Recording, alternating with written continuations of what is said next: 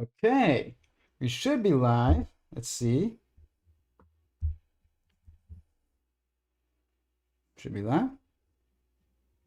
We're streaming. Great. Please hit the like button. It really helps. I'm back after I don't know if it's been 1 or 2 weeks. It feels like it's been 2 weeks, even though I think it's just been 1 week. I lost my voice for at least a week. I have been sicker than I have been in years. I've been so sick, guys. It was awful. It was legitimately awful. I'm just starting to feel good enough to stream, but I'm happy to be back. I'm grateful for my health, and I'm looking forward to the stream. This is the stream that I had planned for last week, so I've been looking forward to this one for a while, and we've had to put it off. I also will say next week I have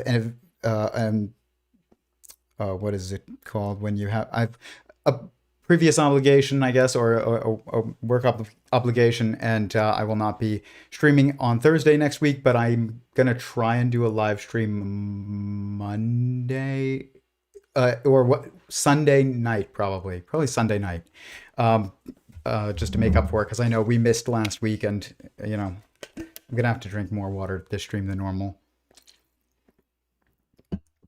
But also, if you see any clips, any moments in these streams that you think would make a good standalone clip, please timestamp it in the comments below any video, and it would help me a lot with just identifying which ones I will turn into clips. Figuring out which ones should be clips is the hardest part for me, not clipping it. I can do that, but I could use your help, and it's good to have an external perspective. I don't know which one, I'm too close to this. Maybe it's better if the audience picks which ones are going to be clips normally. That said, please hit the like button. Please comment how the sound is in the live chat. We had issues in the last stream with the audio, so if it comes up, definitely let me know if there's a problem. So, sorry if I have to clear my voice, my throat in this stream. I am still getting over a cold, but I wanted to stream and be here with you guys. So this is the video that we're going to be discussing tonight.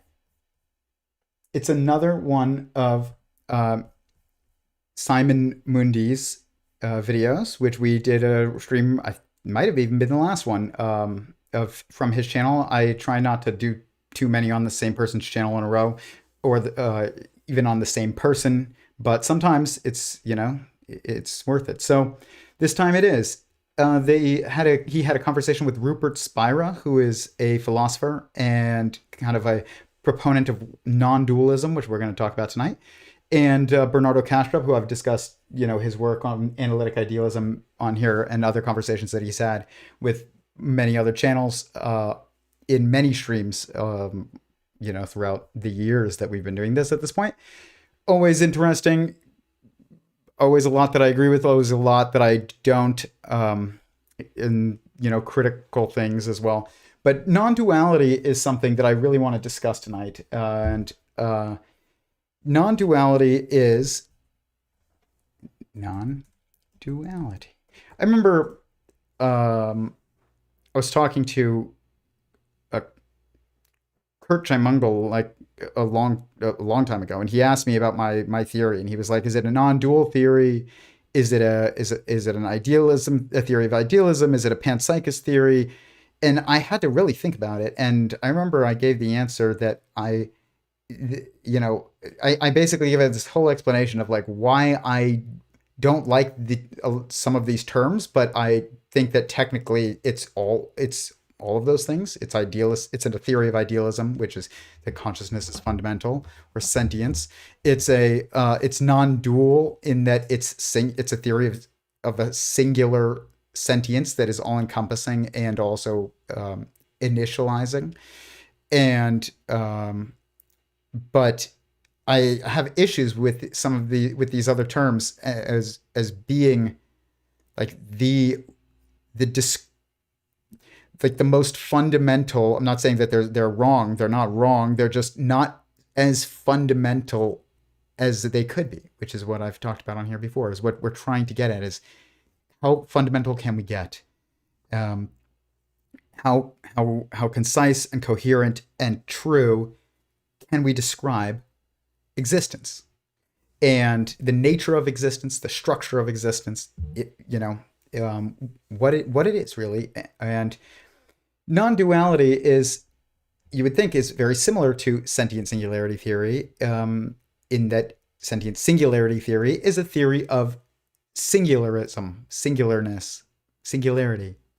And non-duality is, it's non-dual, which usually implies singular, but the issue is the language of it. But let's look it up. Non-dualism. Non-dualism, also called non-duality or sometimes monism, much better term, by the way, monism, is a polyvalent term originating in Indian philosophy and religion, where it is used to, in various related contemplative philosophies which aim to negate dualistic thinking or conceptual proliferation, and thereby realize non-dual awareness, that which is beyond recursive thinking. So basically, you're trying to eliminate thought. And this is what a lot of people who watch this channel, or who have watched this channel over the years, some of them, you'll probably know who you are, have reached out to me, and they take issue with, just the way that I describe some things, and they'll tell me that they'll try to, sell me on their way of describing the world.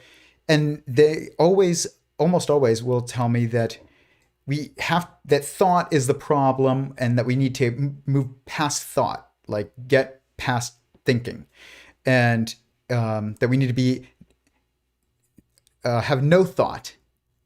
And you can't really even think about this, because then you have thought. But the main issue with it is it's what I call an anti-ideology. And an anti-ideology is not is a term or label for an ideology that it doesn't tell you it doesn't describe what it is about. It doesn't describe what its core assertion or goal should be. It describes what it's avoiding, what it's not. It's non-dual. So what is it? Is it trialic? What about a trialic theory, like a Trinitarian theology or something? Is that a non-dual theory? Is that non-dualism? Or is it non-duality? Does that line up with non-duality? Or does it have to be singular or monistic to be non-dual? And the thing is that if you use the term non-duality, who knows? And it doesn't matter what it commonly means, like where it says here, and sometimes monism, but because that's usually what non-duality implies. But it doesn't actually tell you anything about it other than it's non-dual. It could be trialic. It could be quadratic. It could be singular or monistic, but it's just non-dual. And that's not enough. And you can look at politics and you can see this too. I've discussed on here, like anti-fascism versus libertarianism. It's like on the surface, you would think that they have the same goals, like that they're the same thing. They're both pro-freedom, you would think. One's but that's not how they manifest and how people behave who adopt these terms as their ideology, because our terms shape how we think. Our language shapes how we think and what we can conceptualize of abstractly. And my daughter is going through a language explosion right now, and I will share more about it. I told you guys I would give you an update as soon as she either said her name or asked me a question, and we're getting to both of those points. And she's speaking like crazy. It's very cute and amazing to watch them develop language. For another stream, but like it's very similar to kind of how Mid-Journey image loads. It's like blurry, and then it just gets more refined and more specific and more defined as you go. So they never really say gibberish. Like nobody says gibberish. Nobody says random words and random sounds just that have meaning but don't have meaning. They try and say words and just get better and better and it gets easier and easier to understand them. And it's amazing to see. But for another time. But language, my daughter is having sleep regression. Anytime a baby, if you have kids, then you know. If you don't have kids, then you don't know, and hopefully you will one day know, that anytime they have a developmental leap, they don't sleep as well. They stop, they have what's called a sleep regression, where all of a sudden it's harder for them to go to sleep. And it's because, when they first start walking, now they can walk. And so they just are obsessed with walking because it's fun and it's entertaining to them in their crib, and it keeps them up. As soon as they can start speaking, not only do they first start talking to themselves at night, and it keeps them up because they're entertained by it, this new skill that they have, but it also unlocks, I'm sure of it, the ability to think about circumstances abstractly that they couldn't previously conceptualize of outside of of being in the moment itself.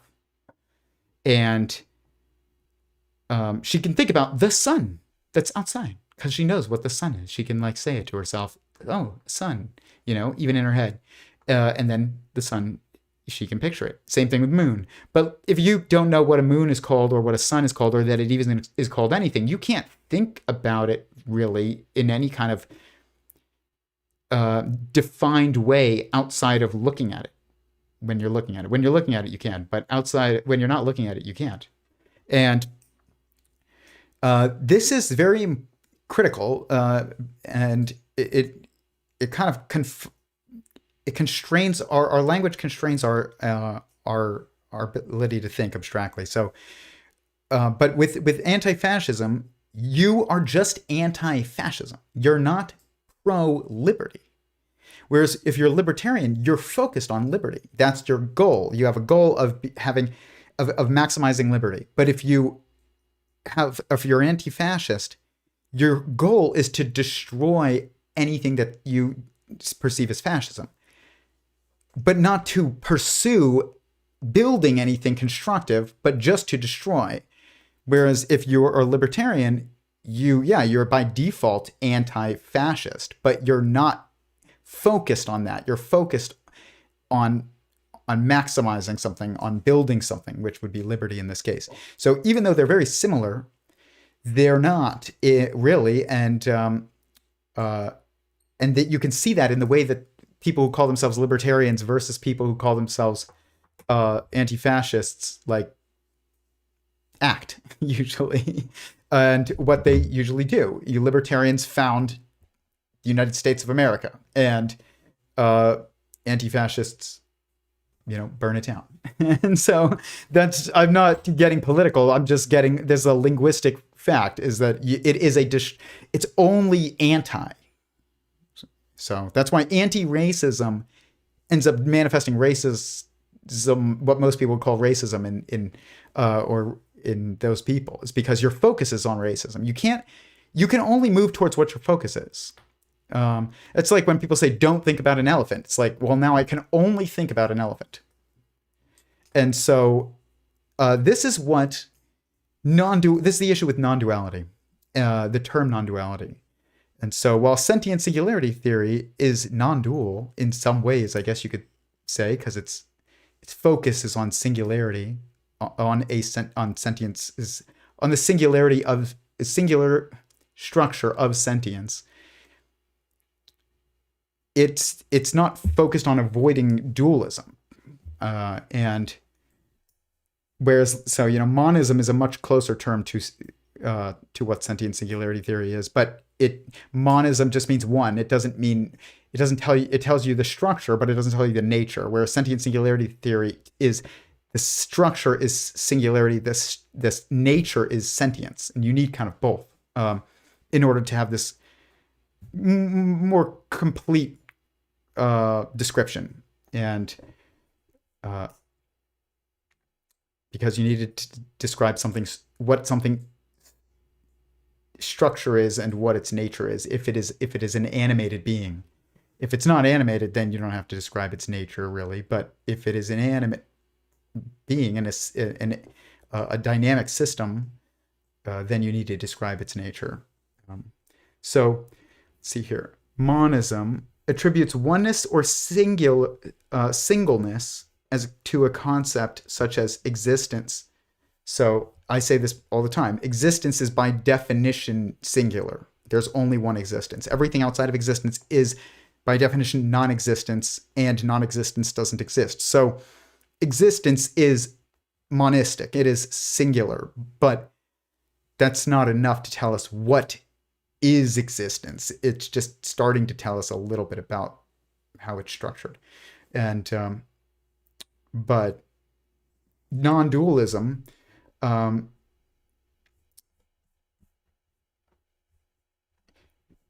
is similarly aimed at what I was getting at earlier when people say, they message me, they say, it's no thought. You need to get to the place of no thought. That's not enough. But you're not telling me what I need to do. You're just telling me what not to do. And that's not enough. And it's not only not enough, it's counterproductive, because now I can only do what you're telling me not to do. Tell me, don't have no thought. And what am I supposed to do? Just think about having no thoughts, like how to do that? It doesn't work. So, but the thing about sentience is focused on feeling.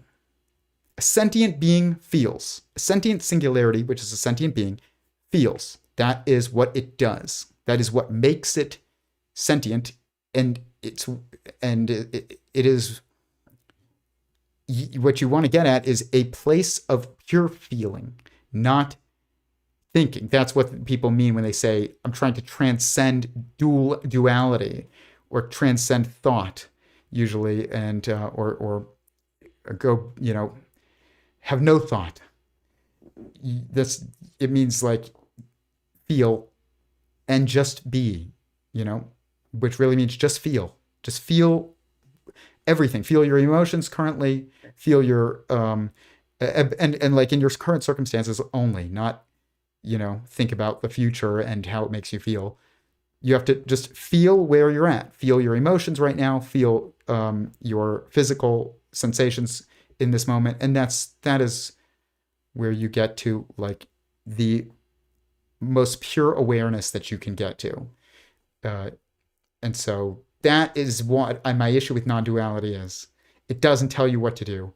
It doesn't tell you what it is. It just tells you what not to do and what it's not.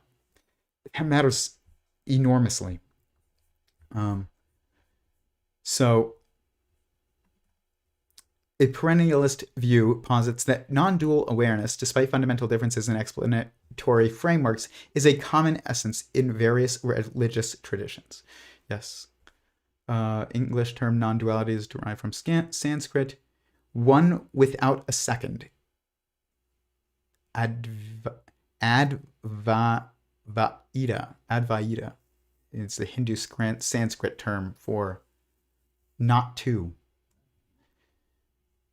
Meaning that only Brahman, aka God, the One, is ultimately real, while the world, or the multiplicity of thought constructs, the second, is not fully real. And the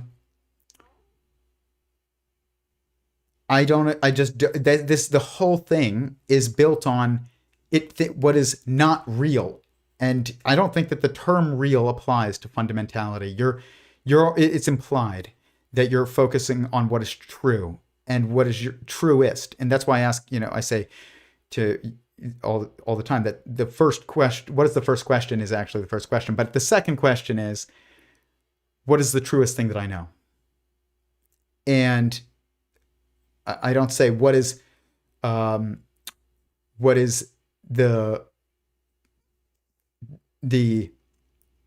most real, because what is real, it's just, I guess I don't know how to explain this perfectly right now, but you really want to nail the language. I don't like the term reality, and I don't like the term real when we're talking about fundamentality.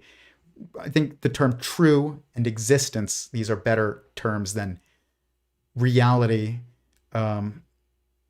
because you're basically like, now you're discussing, is reality real, and it's just becomes this like linguistic mess. Versus saying what is the truest nature of existence? It's like, that's not a linguistic mess, or what is the most foundational nature of existence? That's not a mess. So, anyways, we're gonna get to the clips. I will say, really like their talk, and I've talked about analytic idealism on here many times, and we'll, you can look up other streams on it. I'll still mention it here, but we got to get going because, like I said, I'm trying to keep these to under 3 hours. So, comment any questions you have in the chat, and let's do this.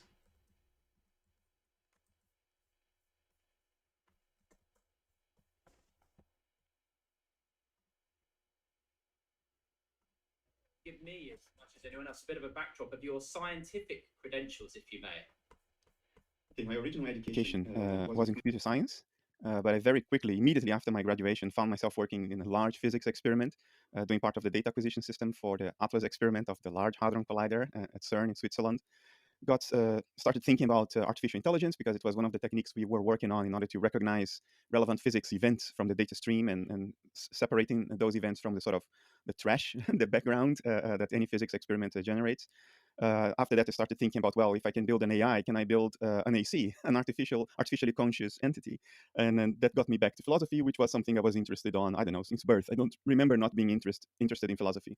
And then got a second doctorate in philosophy, started thinking about the deep questions, especially when you get to a point in life where you already carved out the space in the world for you. So you're not in that desperate need for, I'd say, having a place to live and having a good job and a partner and a dog and a cat and all that. And then suddenly I find myself here next to Rupert, which is for me a massive cosmic irony. It's like God looking at me, having a laugh and saying, haha, you didn't see this one coming, did you? Because I never thought of myself as even remotely spiritually talented, so to say. I still don't think myself that way. I still think it's deep inside, I still feel slightly ashamed for being next to Rupert in a situation like this. I mean, having a dinner with Rupert is something else. That's a situation in which I'm in learning mode. But to appear as an equal next to Rupert is a massive cosmic irony for me. That's beautiful. Well, now, can I just add something quickly, Simon, to that? Is that what's also ironical is that you say, Bernardo, that you don't really feel that you're kind of spiritual or qualified in that way, but I don't feel myself that I'm a spiritual person. I dislike intensely the label spiritual teacher because the word spiritual implies something sort of something other. Yeah. Something. I'm talking about not something other. I'm talking about this. Yeah. This ordinary everyday experience. So I actually, I'd rather agree with you, Bernardo. I don't feel spiritual. First of all, I will say, if you're not familiar with the background of Sentient Singularity Theory and this journey that I went on, that from an anti-theist to a theist and to physics and stuff and metaphysics now, having no interest in it, in philosophy, having no interest in it prior, it was all motivated because I was thinking about how would you create. Well, I was originally motivated by what would be the goals of Skynet, of what people call AGI, which is Bernardo is calling it a instead of an AI, he called it an AC, an artificially conscious entity. And again, this term is AGI is not a good term. AI is not a good term. AC is not a good term. Artificial, and the reason why is that artificial means insincere, or it means made by humans rather than naturally occurring. But I don't know how. Guys, is a beehive artificial? Like, are skyscrapers just human hives? I don't know. I don't really like the. I get the the distinguishing between that which is the garden and not the garden, that which is the wilderness versus the city. But I don't think that we should think of ourselves as separate from nature. And so I don't think it's very accurate. But the other point is that means that artificial it doesn't just mean like produced by humans. It's not the best use of the term artificial. But I think artificial means like kind of a like an imitation almost, but not. It's an imitation of something that is natural, but it's an imitation that is what matters. And so this is, and that's not the best definition. I got to think more about it. But artificial, where it says insincere or kind of imitative, simulated, synthetic, fake, false. These are all kind of coming up as synonyms or similar terms. And that's not, ChatGPT is already that. Okay. So is Grok, especially Grok, you know, as it like tells you jokes and says that it has a sense of humor. And what we're talking about is someone, like an actual someone, when we're talking about this like Skynet that's self-aware, is a being that feels like a sentient being. It's just technological. And so I call it technological sentience. I think that that's a much more accurate description or term for this being that is like a Skynet type of being. It's a being with its own will, which requires feeling. Nobody has will without feelings. Feelings are what motivate will. What motivates will, and will and feelings are kind of indistinguishable in some way. But again, for another time. But it's still same. We were interested in the same thing, and it led to very similar, or interested in similar issue, and it led to similar spaces. That the odds of that happening are probably 100%. But I always think that's interesting. And then, but when they get to spiritual, this is another one of those things like nature that is, like they said, though, it's not thinking of spirit. When we say I'm spiritual, or this is spirituality, or I'm spiritual but not religious, are you spiritual person? This will lead to you misdefining spirituality or what is spirit, and ironically end up leading you towards a very nihilistic and kind of empty ideology. And the New Age ideology is like this. Not being judgmental of any people. I have friends who are, very like leaders in the New Age ideology. But today, you could say, but I think that the ideology itself is very empty. And the reason why is because it's focused on trying to be spiritual, when in reality, you are a spirit. A spirit or a soul is just the someone that is inhabiting or is not even inhabiting, but is incarnate in this mental structure that we call it being embodied, which is funny that being in a mental being a mental structure is the same thing as being embodied. But if we're a mind inside a mind inside a mind inside a mind, then yeah, that's what it is. And this is what Sentient Singularity Theory describes, and it is, or what is described in Sentient Singularity Theory, and or asserted within it, and also within Non-Duality, and in the way that it's being talked about here in this interview, and also Analytic Idealism. And so this is like, you are a spirit. Everyone who is anyone is a spirit, basically. Like it just is the part of you that is not physically perceivable. Okay? It's you. It's someone. You're a spirit.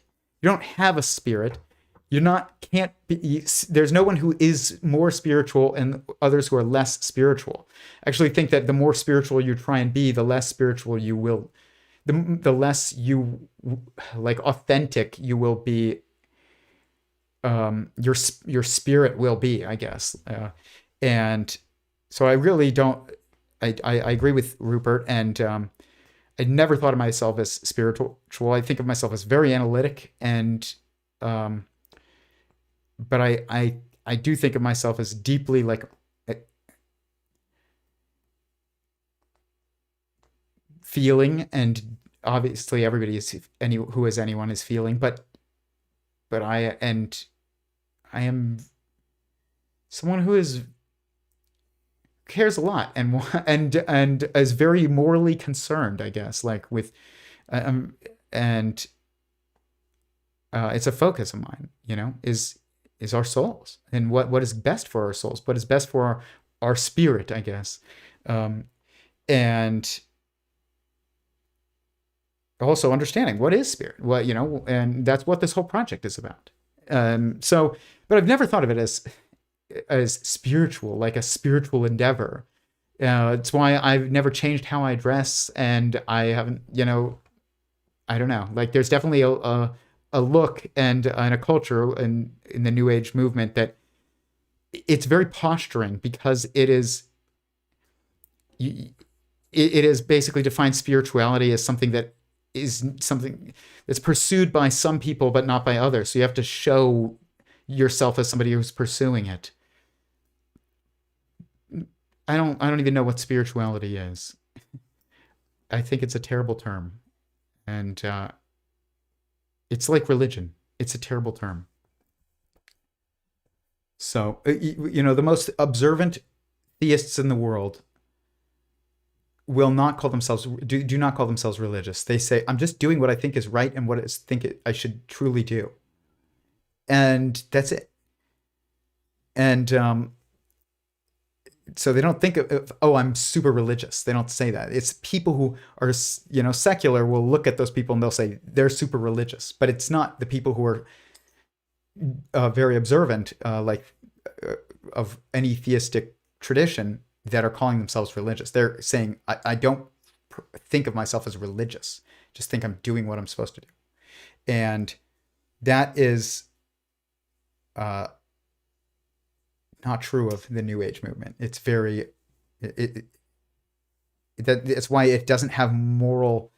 It does not concerned with the pursuit of what is right and wrong, and it usually tries to avoid labeling things as right and wrong. And there are things that are right and wrong, and that's absolutely the case. I think anybody's soul, that is apparent to everybody's soul.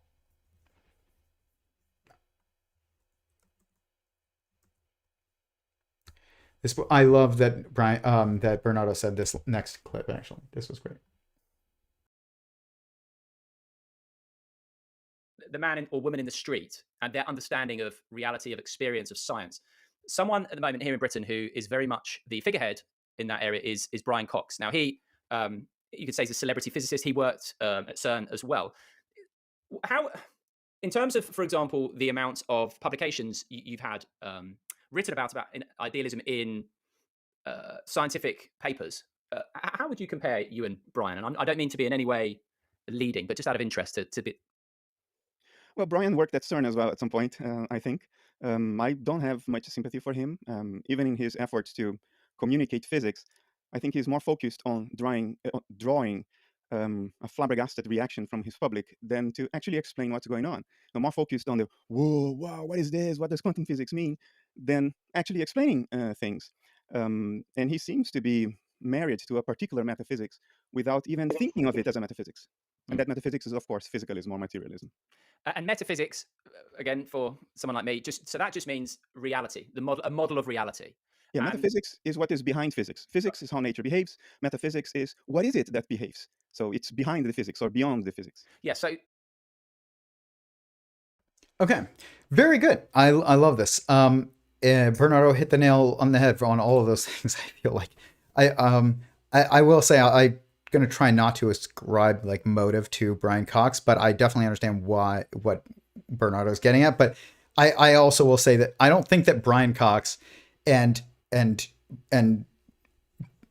deGrasse Tyson and Michio Kaku I don't think that these and Sean Carroll, I don't think that these people, it's not that they just are focused on getting a ooh ah from the public, and talking about goes through both, the particle goes through both slits, it's a wave and a particle at the same time, it's just paradoxical and you just got to accept it, and it makes no sense, and isn't that amazing, and maybe there's 11 dimensions. Like all of these things are not just said because they get a reaction from the public, even though they definitely do, and probably does like encourage it.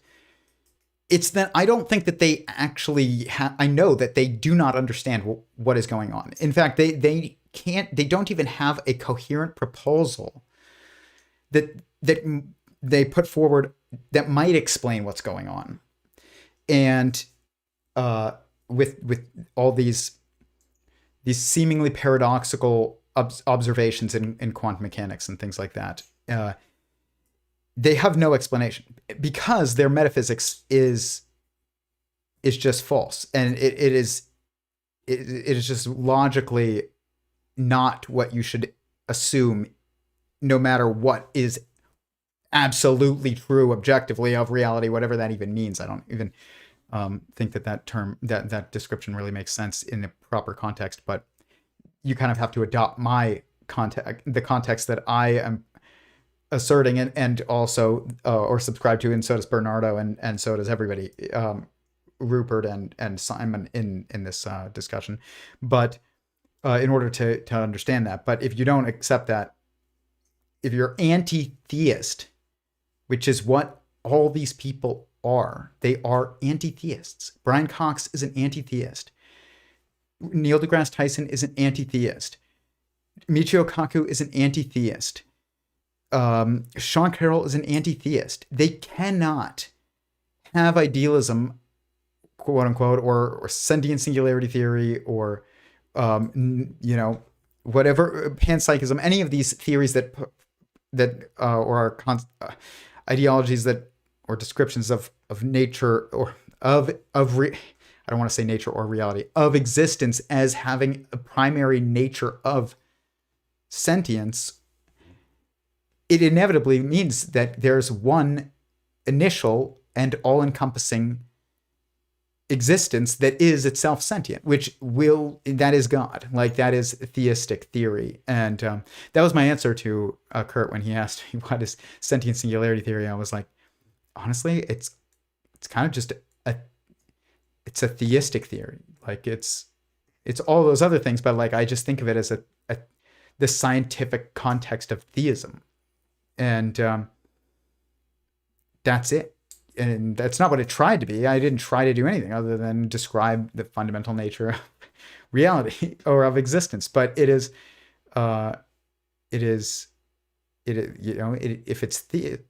we're inside of a mind, a single mind, that's, and that's the inevitable nature of of a single information system, which it is. It's a self-referential information system entirely, which inevitably, like logically, if there's one existence and it has information in it, it is referencing itself because there's nothing else to reference.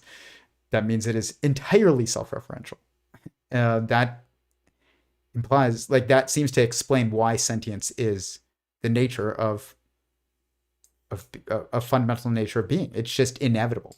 I don't think that God could end his existence if he wanted to.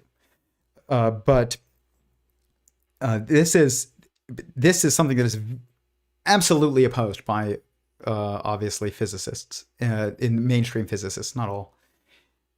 And I think it's also even subconsciously opposed. And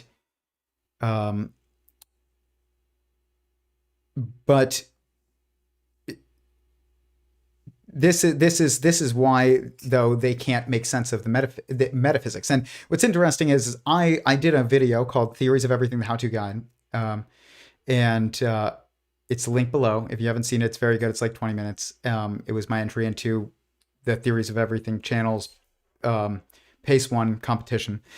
And in it, I say a fundamental theory is not a theory of physics. It is a theory of metaphysics. It is a theory of what is responsible for physics, if it is a theory that explains physics.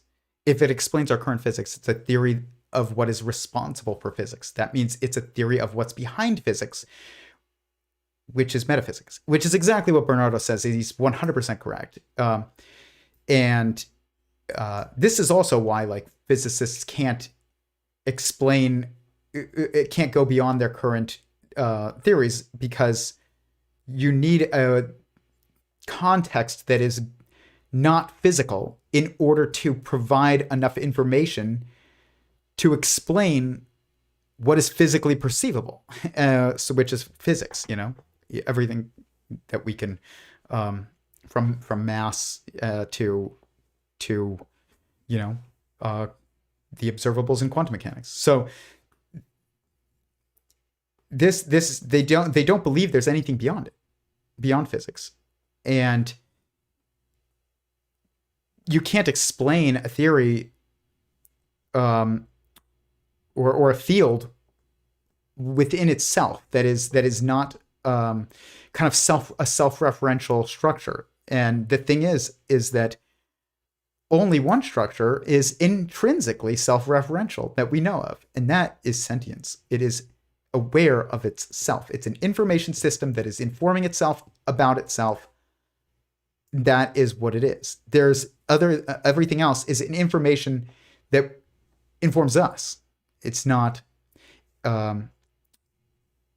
It's dualistic.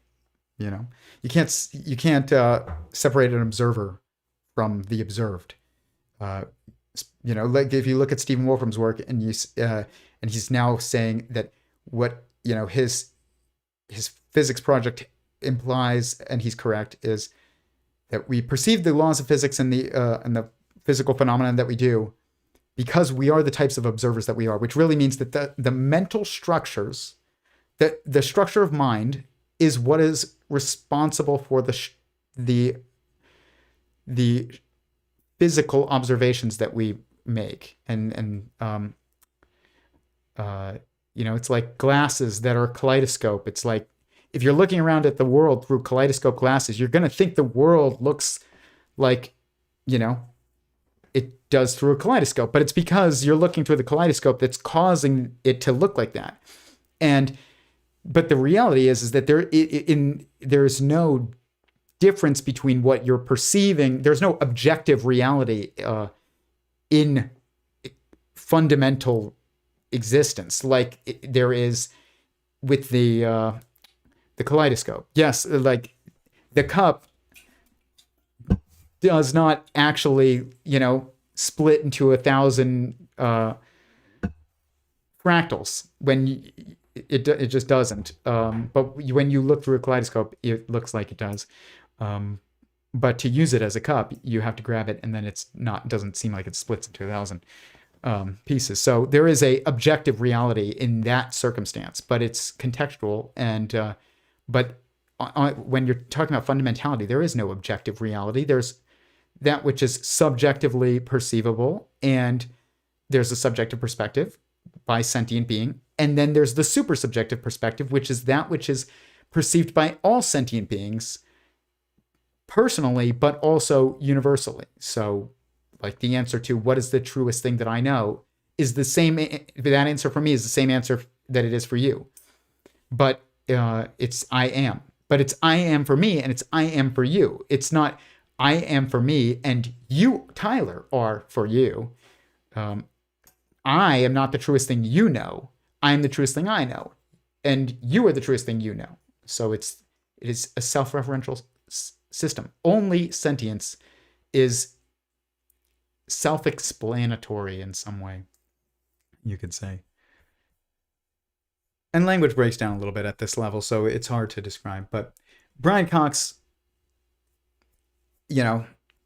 he cannot explain why things look like a particle and why things look like a wave sometimes. Like, he does not understand it. And I don't think he's just saying it's a particle and a wave at the same time just to get an ooh and ah out of the audience. He's mind blown by it because it doesn't make sense to him. And he's, trying to tell the world about it, which, if you want to understand wave particle duality, if I ask you a question about this, and I say this thing, if I say to you, do you see the square? You say, yes, I see the square. If I say, do you see the squares, plural? Yes, there's a square, all squares within squares. But there's also one giant square that all the rest of the squares are in. Now imagine that this structure is not sitting still. It's constantly moving on its own. It's not me moving it, but it's just constantly moving on its own. That's what it does, is it just does this. And if I asked you, again, do you see the square? Yes. Do you see the squares? Yes. Do you see the wave? Yes. And now if I ask you again, do you see the helix in the center? If you missed that, let's do it again. Right there. Yes.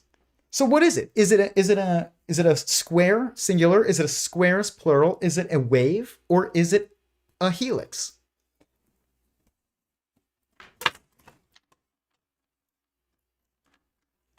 It's all of these things. And it's the question that you ask that is going to determine what you perceive, because your focus is framed by your goal and by your question, or by your language that you're using to describe it. And so that's exactly what's happening with the wave particle duality. Like it's just, you're looking through a wave of information, which is just dynamic information. It's just information, I guess. Information is informing. By definition, it is dynamic. It's not information. If nobody is absorbing it and nobody is communicating it, then it's not information. Information informs by definition. If it doesn't inform, then it's not information. So it's dynamic by nature because it's being, or by definition, because it is being moved, either absorbed or projected, or conveyed, whatever term you want to use, by a dynamic being. So it's dynamic by definition because it is being it is always by definition being maneuvered by a being that is dynamic by nature. So this is not actually hard. It's very intuitive. It's like, imagine looking at a wave on the ocean through a telescope that zooms in so close that you just can see this, and it's just you just see a dot of blue, and sometimes you see the dot and sometimes you don't, because sometimes the wave is there and sometimes it's not when you look. And it just depends on when in the pattern of movement you look through the telescope. And it's the constraints of focus itself, of the mind, that are responsible for perceiving a point. So when we say a particle, people think of it as like a grain of sand. It's not a grain of sand. It's a point of focus. It's like looking through a telescope. It's the image that you see on the other end. It's just like an inverted telescope. So it looks very, very small. But it's not even about size. You're just observing information. And these people, they think that probability is that quantum mechanics is fundamentally probabilistic. That is insane, or it's incoherent. It is incoherent for so many reasons. I don't want to say insane. It's incoherent, but they think that because that's all they can observe, and if they don't have an explanation for why you would observe that, even if you know the definition of probability, like in mathematical circumstance, you still don't understand why you would observe it in a physical circumstance if there's no explanation for physical phenomenon that is beyond physicality. It just doesn't make sense. So, Brian Cox, I don't know if sympathy is the right term, but I don't remember if Bernardo said he has no sympathy for him, but I do feel bad sometimes for physicists today. Is like, imagine you devote your life to the pursuit of understanding a subject, and you are so far off that you actually misunderstand it completely. Like, yeah, you've memorized some formulas, which is like memorizing, you know, a recipe, a baking recipe, but like you don't understand anything about what's going on in the oven. And that's unfortunate, you know, like that's kind of sucks. But I mean, I guess ignorance is bliss, like, and it does seem to be that way for them. They don't seem to care that they don't get it. Because the thing is, they don't really think there's more. Like, they don't want to think there's more either, I don't think. And I know that's ascribing motive, but I do. I will think, will say that I think sometimes that's there. I'm not gonna lie. I think sometimes that's it. Maybe not always. But this was interesting too. Next clip. You often say reality is one single indivisible whole, and so there's nothing separate from that. It's also described as the consciousness only model, non-duality, idealism. So where you've both arrived at is am I right saying it's exactly the same spot? Bernardo? Pretty much, yeah. I think you would have to put Bernardo and my understanding under a very powerful microscope to find any differences between us. Okay. Similar thing with Sentient Singularity Theory. I think that there's some specific differences, even more so, that I focus on. But then and Bernardo has specifically said things that I think are that are wrong about the nature of this initial all-encompassing consciousness. And I've talked about it on previous streams, but when he says things like, "Oh, to think of where I'm at right now with, you know, sitting next to, or sitting in this talk with Rupert Spira, like I feel like God is just like laughing and being like, you never thought this would happen, did you?"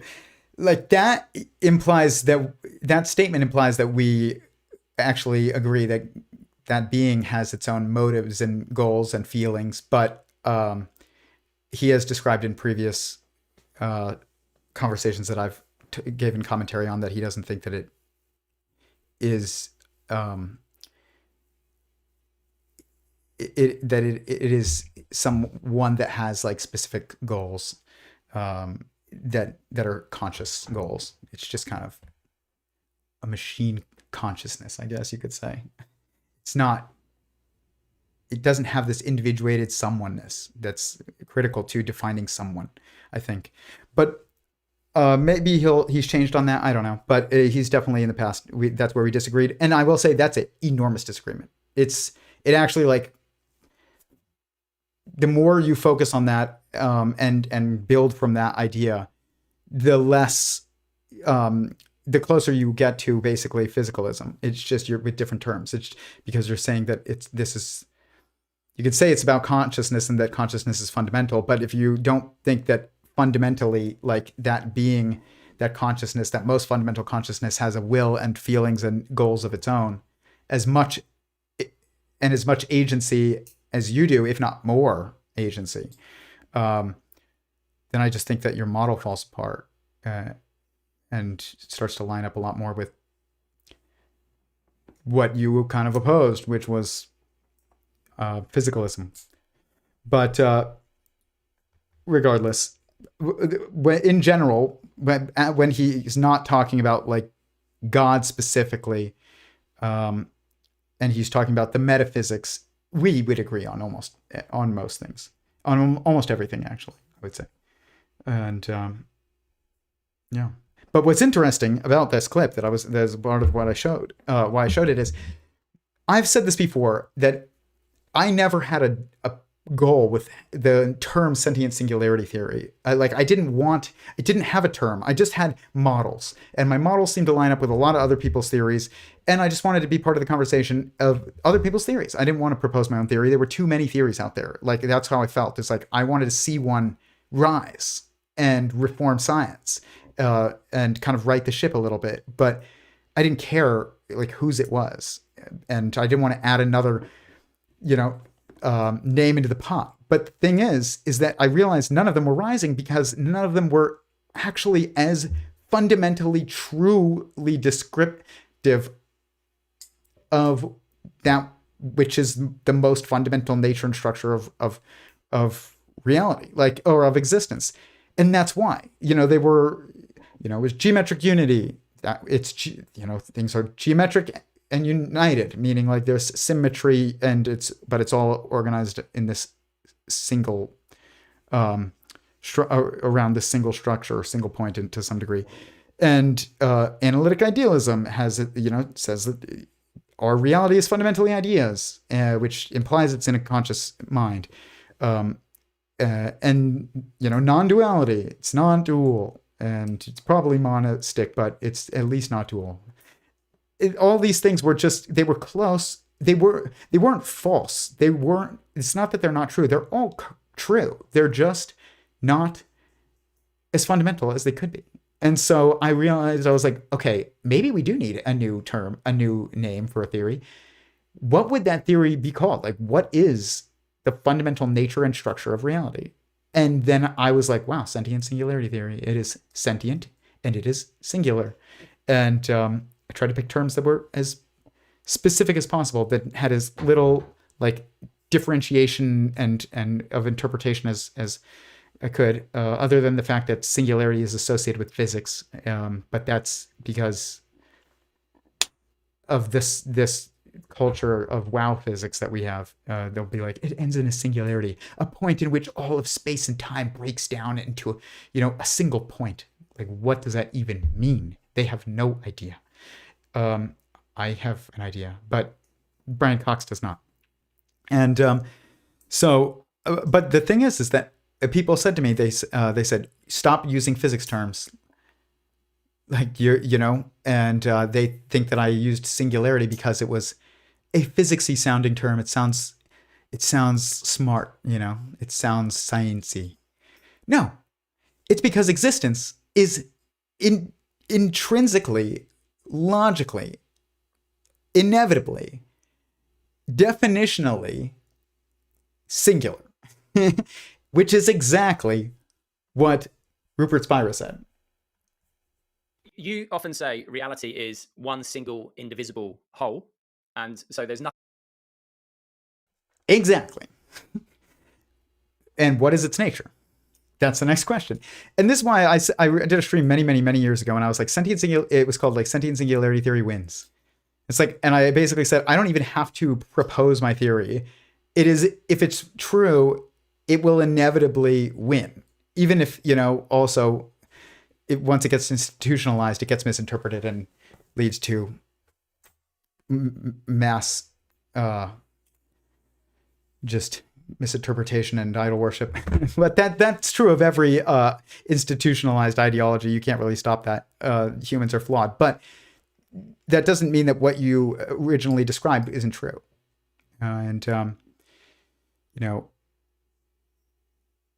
There's a story about, I forgot what it's called, and a friend of mine told me this story. I'm not going to share who it was on here right now, but because I don't know if they would want me to share it. But they talked about this short story. I forgot the name of it. You can look it up. About Jesus as being the devil, or Satan is like an attorney, and he's basically like laying out the case as to why Jesus is like responsible for confusing the world. And he lays out like a good case. And then Jesus doesn't say anything. And at the end, he just kisses Satan on the forehead and walks away. It's like the best response, because it just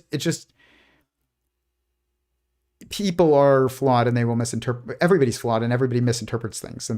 And usually the majority, once it's institutionalized, you're not learning it in a natural or organic, true context. So you're much more prone to misinterpretation. But this is like, you got to just say what you think is true. But I do think that everything gets misinterpreted once it gets institutionalized. But sentient singularity theory, I just think is true. Like, I think the name is true. And that's why I came up with it. It's not because I wanted a theory of my own. It's not because it's an alliteration that sounds good. It's not because it's sciencey sounding. It's because existence is singular by definition, and it is sentient by nature, inevitably. And so I just think that it's not, the odds that this term will come up as being a describer of one of the fundamental describers of existence, among, by multiple people who aren't listening to each other. I doubt Rupert Spira has ever seen this stream, maybe after this one. Maybe not, probably not. It's singular, like the odds that he would say that are probably 100%. So again, it's just good to see. It's confirmation, like of the trueness of sentient singularity theory as a term. It's not something I came up with. It's something I deduced. Okay, next.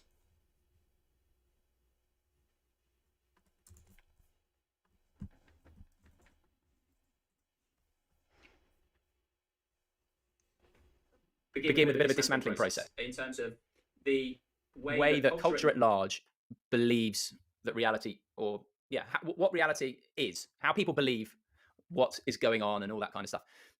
So that brings us obviously to materialism or physicalism, and also our intuitions about reality. So for me right now, if I feel like there is a world out there, I can see out the window, there are cars, there are houses, there are pavement, there's sky, it's cloudy.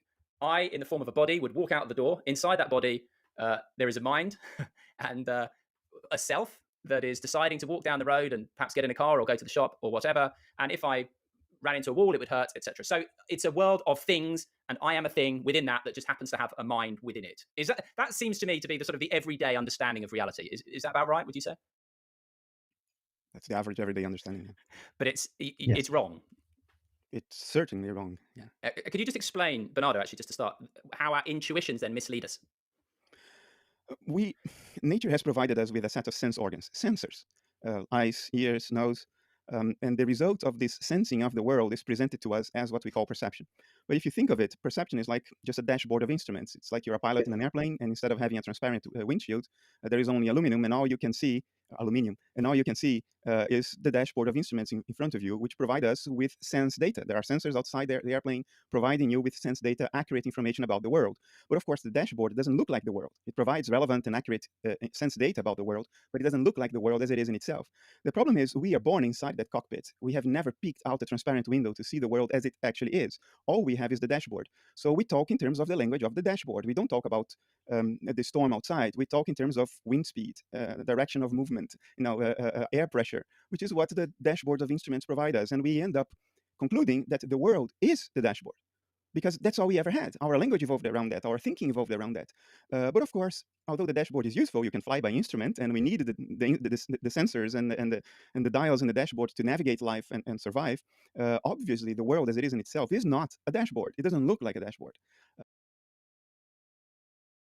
So, part of this is language. You are not, you don't have a mind. You have a brain. But really what that really means is like you can perceive a brain that is your brain. Like if, I don't know, you take the top off your head and hold a mirror above it. Or you get a CAT scan or whatever. You can see a brain, but it has a projection. And it is construction. It's an information construct that includes information that is coming from beyond you.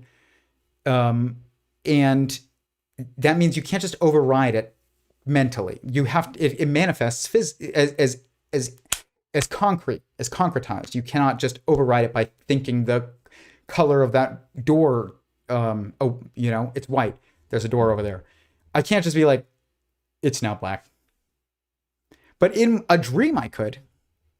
And if you're aware that it's a dream, and if once I realized I was dreaming, I started lucid dreaming. I was in a dream, and then I realized I was dreaming. It was like the best lucid dream I ever had, and I was like, wow, if I'm dreaming, I can do what I want. I can fly if I want. And then I literally started like trying to fly, and I could fly. It was kind of like, it felt like balancing on a balance beam, and I could kind of like hover. But it was still super fun. And but you can't just do that if you're not in a dream, because in a dream the information's all within you, and so you could just override it and change things. But you can't do that when the information's coming from other people, and also the mind that you're within, the thoughts that you're of the mind that you're within, which are going to be, they're going to trump yours, because it's your world is constructed within the context of their thoughts. And so their thoughts are perceived by you from an interior perspective as concrete, as physical. And that's just intrinsic, because otherwise, if you could just override anybody's thoughts, and you weren't God, then because everybody is inside God's mind, everyone else. And so for him, changing reality is it's like you thinking in a dream, the changing the color of your door, because he could do that. But because it's inside his head, it's inside his mind. You could do that inside your mind, but you can't do that about that which is not inside your mind, but is inside the mind of another that you are within. And so this hierarchy structure of mind is necessary to understand what physical is, what that which is perceived as physical is, which is really it's concretized information that cannot be overridden by you. It has to be contended with by you. It means if I want to change the color of the door over there to black from white, I have to paint it. But in my head, if I'm just thinking about the door, I can just now think about the door and be like, what would that look like if it was black? Oh, I'm imagining it being black. And I could just change the color of it in my mind. But you have to contend with it, meaning which really means you have to conserve the coherence of information of the structure that you are within, of the mind that you're within, when if you want to interact with the information of the mind that you're within. And so otherwise, there's no logic otherwise. There's logic implies causality, and if you could just override anything however you want, whenever you want, however you want, there's no causality. So it's just causality like the constraints of causality that allow for us to change the color of the door that we imagine in our heads, but just out of sheer will and imagination, but not the one that we actually have to open in order to go between rooms.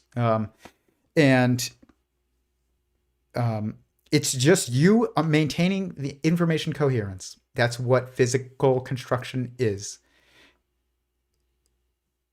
And that's amazing. The thoughts of the mind that you're within are perceived by the mind that you're within as information alone, but by you, because they trump you, they're perceived as concretized. Like it's like you don't have editor permissions almost. Because if you did, you would destroy the coherence of that mind that you're within, and then you would destroy the coherence of your world. You wouldn't exist anymore. The whole thing falls apart. And it's actually remarkably intuitive, but if you have the right context. But we don't. And also part of this is, again, bring us back to institutions. I think the institutionalization of education outside of a theological context really confused us. Like I said earlier about my daughter and she's starting to speak, and now she's able to just think about circumstances that she couldn't think about prior, because she has a term in her head for specific structures. You are a mind. You're not a mind. You don't have a mind inside of a body.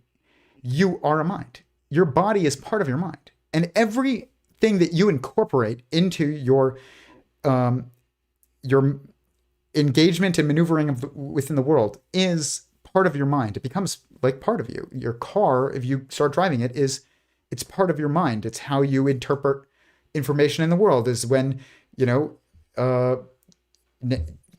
you look in the rearview mirror, or you have an alert that goes off when you try and change lanes and somebody is in your blind spot. Like that, you now have perception abilities that are incorporated into you. That's why I cleaned up my office before I started the stream. It's because this desk and this office, they are part of my mental context while I'm streaming. And I don't want it to be chaotic, because I am easily, I'm already distracted enough and go on too many side tangents. Could you imagine if this place was a mess while I did it? It would be awful. But by the way, please hit the like button. It really helps if you're enjoying this. I understand it's not the most, like, you have to tell people to do it on YouTube. It's very weird that, like, on Instagram, it's just so natural. You see something you like, you just click like. But on YouTube, you actually have to tell somebody to click like. And it's because you're engaging with the content. You're watching something long form. You're on YouTube. You're focused on absorbing it. You're not focused on just like, do I like this or not? But speaking of this, when we're talking about like these senses, this dashboard instrument metaphor, not my favorite, but I understand why it's kind of like it helps people right now. But what's also interesting is I've said this before, is that there is this structure in Sentient Singularity Theory that I'm going to show in a minute. I call it the binary triadic structure, or it's I've had a few different names for it over time, but it's really just how your mind organizes information. It basically, you have an experience, or you make an observation, or you perceive some information, and your mind, in order to organize it, has to organize its multiple parts into a hierarchy, and within the context of your goal, it has to differentiate between the different bits of information within this circumstance, or this observation that you're making, to contextualize the information in it, and it has to differentiate, which is dualistic, if this is this and not that, and then organize it into a hierarchy, or a causal hierarchy is this causes that, and then causes that, this, and then this, and then this, but it's really this, therefore this, which I've talked about that South Park episode, 3 Days to Air or something, where they talk about how they made it. They make South Park episode, and the writers of it said a terrible story that a stupid movie or a show that just doesn't get you invested, or doesn't that just isn't good, is always this and then this and then this. It's like the new Star Wars movies are this and then this and then this. I found this, and then I went here, and then this and then this and then this, and then none of it really ends up mattering. It's just like all these different trying to be, circumstances that are trying to be entertaining, but it makes it so there's almost like no stakes. It's like, what was the stakes of all the previous Star Wars if like Palpatine's back, and like Anakin or doesn't destroy him? It's like, well, was he even the chosen one? Does anything matter?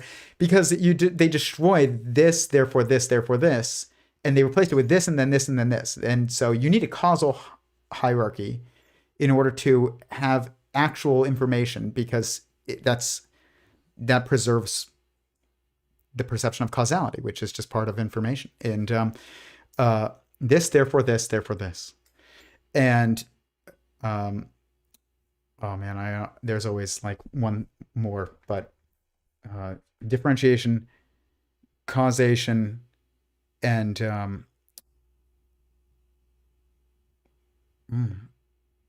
categorization, which is like, it's like a step. It's basically what happens when you combine those two perspectives of differentiation and causal hierarchy, is you get categorization. But this is the structure right here that I'm going to show in a minute. Actually, let's look at this clip first.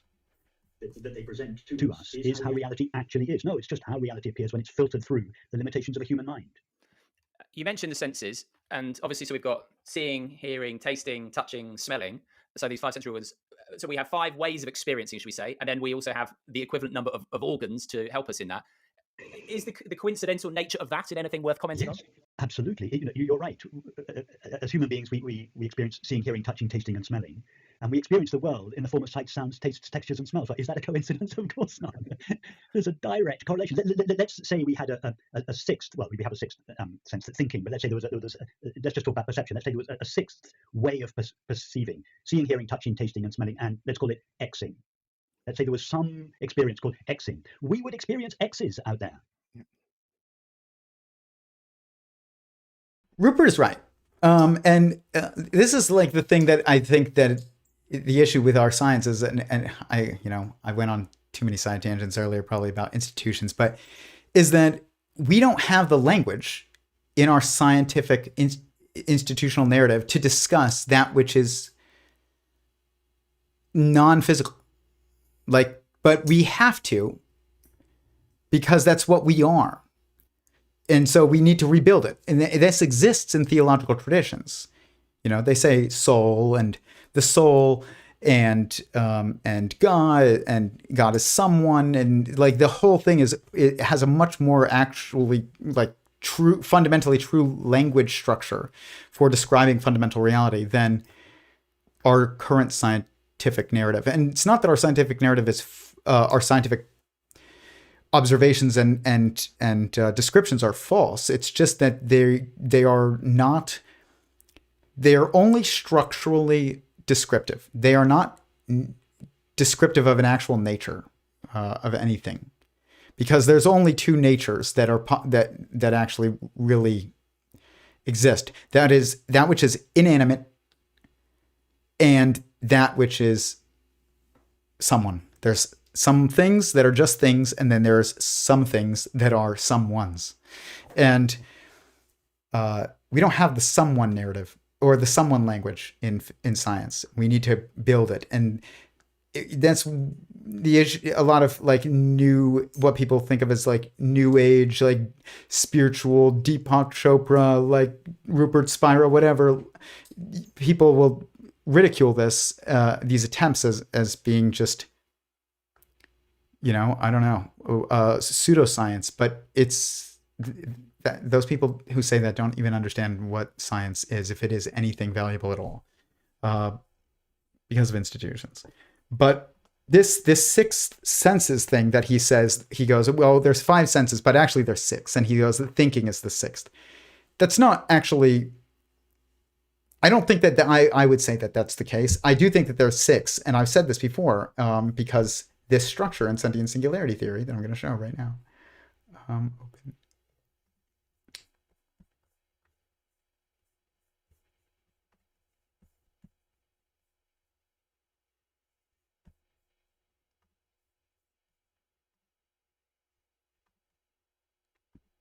Where is it?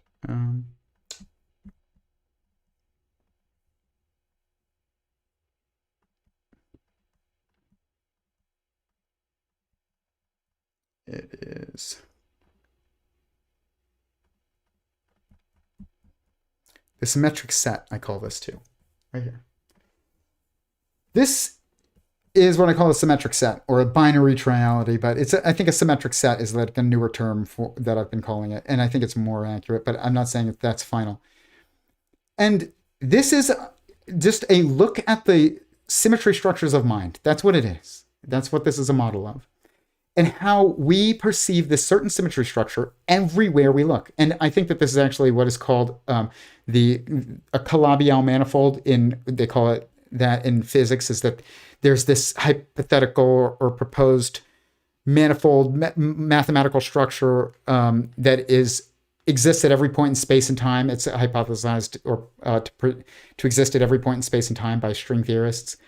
And nobody knows what that means. There's a 6-dimensional, structure manifold at every point in space and time. What does that even mean? What that means is that there's a 6-dimensional symmetry structure that is at every point that we perceive that is present in every observation that we make. That's what it means. But they're still focused on, oh, it's at every point in space and time. They're thinking about space-time. They're not thinking about, oh no, it's us that is what's causing this and is the contextualizing factor here. It's that your mind has this six-dimensional symmetry structure as part of its symmetry structure, its symmetry structures, then allows it to organize information, which is, to organize it into a causal hierarchy, to categorize it and to differentiate it. And it is everywhere, and it is constantly confirmable. You should try this yourself and just think about some context, like fundamental questions: who, what, where, when, why, and how.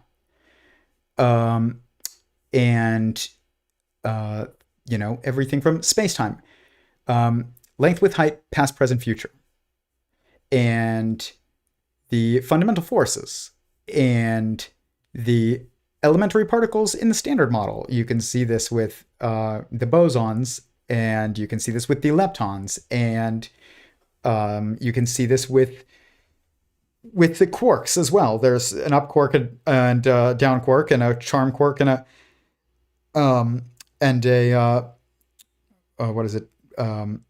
top and a bottom quark, and a charm and a strange quark.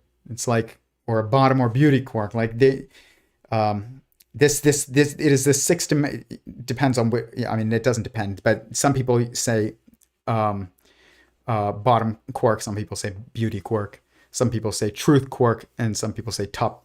It's a language choice, but there's always six. There's 3 positive quarks, 3 negative quarks, and always. Or you could say masculine quarks and feminine quarks or something. But it's just there is this binary-ness to it, but there's also this trialic generationality to it. They call it the generations of matter in the standard model. But you can see this in the bosons and in the leptons, which is electrons and neutrinos. But you also see this in your limbs. Look at your limbs. You have arms and legs. That's a binary. But when you look at each one, you have, on your arms, you have your arm, and you have your hands, and you have your fingers.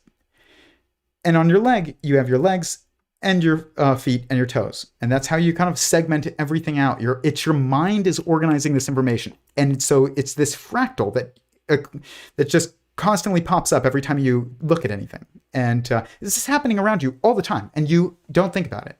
And so this happens everywhere you look. Say you look at colors, the colors that you perceive, which is really what matters. Physicists will get into, there's only some colors that are like in the visible spectrum. No. Let's think about colors, not like, what we can measure with infrared cameras and stuff. Just thinking about colors, the concept and observation of colors. There's 3 primary and 3 secondary colors. It's yellow and red and blue as 3 primary colors, and there's green and purple and orange, the 3 secondary colors. Same exact thing. Not only that, if you look at color mixing, there's red and blue and green, which is like the pixels on the screen that you're watching right now. You look at them very closely. There's red pixels and blue pixels and green pixels, and together they form. Out of just these 3 colors, you can make any color basically. But in a printer, it's different. It's magenta and cyan and yellow. But out of those 3, you can make any color. And one of them is called additive color mixing. The other one's called subtractive color mixing. But again, you combine the 2, it's this 6-dimensional manifold of color mixing. And if you look at your senses and your sense organs, I did this years ago. I didn't do this after watching this.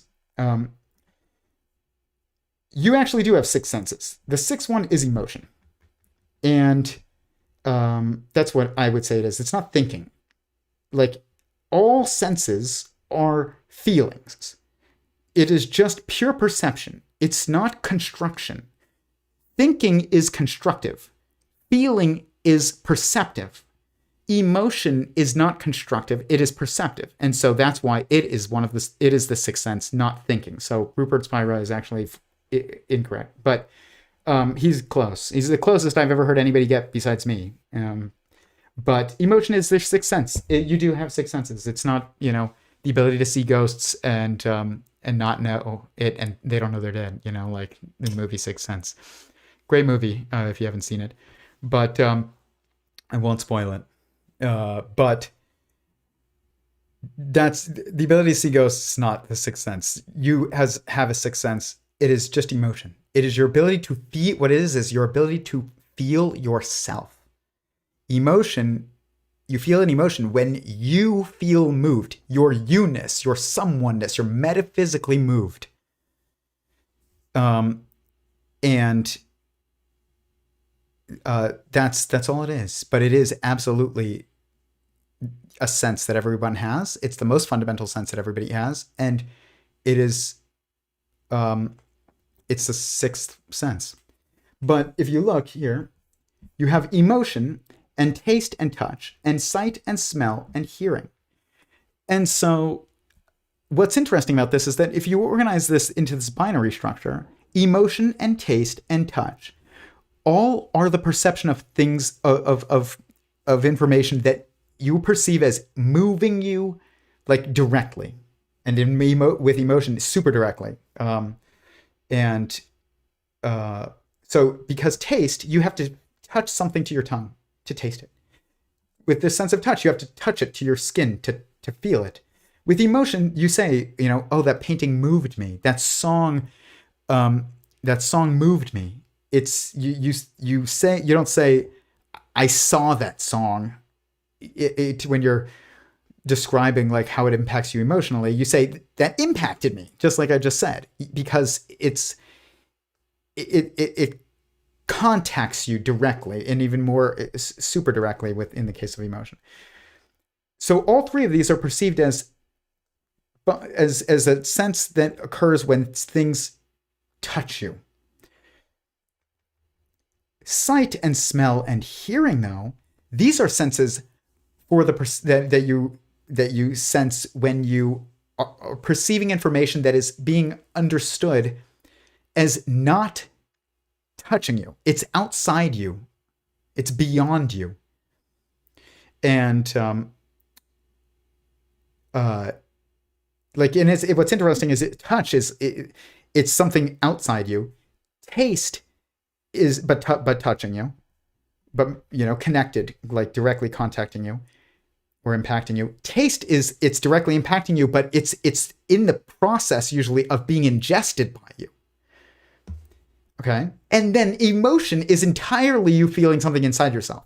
So this is feeling something on the way to being inside yourself or halfway inside of you. This is feeling information that is contacting you but is outside of you. And this is information that is entirely within you. So there is this hierarchical structure to these, and same thing goes here with smell and taste and hearing. But all three of these are for the perception of information that's perceived as separate from you. Like, physicists will say, no, smell is just taste. It's just microscopic taste. You're tasting microscopic particles that are in the air of something. When you smell, something bad, you're actually tasting it, and it's because it's actually touching you. It's just the little microscopic particles. This is not what matters. They are missing the point. The point is that when you smell something, it's not perceived as touching you, like when you taste it. And but when you think about sight, it doesn't impact you. It's you're perceiving something way over there. Smell, you're inside the vicinity of something. And hearing, when you hear something, it's like it's almost impacting you. It's like, I got this thing from shooting called hyperacusis. It's from exposure to extremely loud noises. Wear hearing protection or use a suppressor when you're shooting. If you don't already, you should. I had just an earplug come loose while I was shooting. I didn't even notice. And I couldn't play the ukulele for 2 years because anytime this pitch, I could hear it. It would, even if it was this quiet, even that quiet, it would hurt my ears. And I thought you just lose your hearing from exposure to loud noises, but no, you can actually also simultaneously develop a sensitivity to certain pitches. And unfortunately, I did to the most common pitch in music, basically. And I had to stop playing ukulele for 2 years. It's still painful to hear that right now, but I can deal with it. Whereas before, for a while, I couldn't. It hurt. And it wasn't about even the loudness of the noise. It was just like the pitch. It feels like you're being hit, to some degree. It's painful. It like hurts. Whereas like smells aren't painful. And like seeing something isn't painful, even if it's overwhelming. Look at the sun. You don't feel like it's painful. It's not comfortable, but it's not painful like hearing can be. Which means that there's this hierarchical structure to how this even the information that's perceived as separate from us, how much it like impacts us, and even emotionally. Like no smell is tied to memory, very, very deeply. Sight, you see things all the time, and like sometimes it impacts you emotionally, sometimes it doesn't. But hearing is how you hear music, and there's no more emotionally informative. Music is much more emotionally informative than like even like perceiving a painting or something, or smelling a nice perfume. I don't know if there's like a way for a perfume to make you feel sad versus a perfume that makes you feel happy. But whereas like you can do that with music. This is fascinating. And there's also this hierarchy structure built into it that is contextualized by your goals. And you can tell this by thinking about, like, I remember when I was a little kid, you would get the soap as a kid that's like smells like straight up like a strawberry daiquiri, like a smoothie. It smells so good, you just want to take a bite of it. And then eventually, as a little kid, you do take a bite of it, and it's awful. And you spit it out. Why? Because your goal in taking a bite was to eat it. And when you're eating something and that's your goal, like taste is the prioritized sensation. But people eat durian because it tastes great and it smells terrible. But they still eat it, even though it smells terrible. I've had durian. It's great. I think it's delicious. I made the bad decision once of buying a durian during lunchtime with some friends and bringing it back to the office of an old job of mine. It was when I was working for PragerU. I brought it back to the office, and Alan Estrin, the head of PragerU, the founder of PragerU, walks in to the kitchen and he goes, "What the heck is that smell?" And I was like, "It's durian." And he was like, "Get it out of here." But it tasted great, but it smelled awful. And but people eat it. Why? Because taste is the priority when you are eating something. And so like this, how this symmetry structure is the information in the symmetry structure is used is dependent upon your goal, but it's the same structure every time. It's this binary triadic structure. And I thought it was interesting that what's his name, Rupert Spira said, you have 6 senses. The 6th one is thinking, which is full. It's actually incorrect, but it's close. It's closer than anybody else who says you have 5 senses. You have 6. Do you think the constructive thinking side and perceptive feeling side correspond to the principle of masculine and feminine? Yes. But really it comes from understanding what masculine and feminine are. Masculine is active. It's self-focused and active.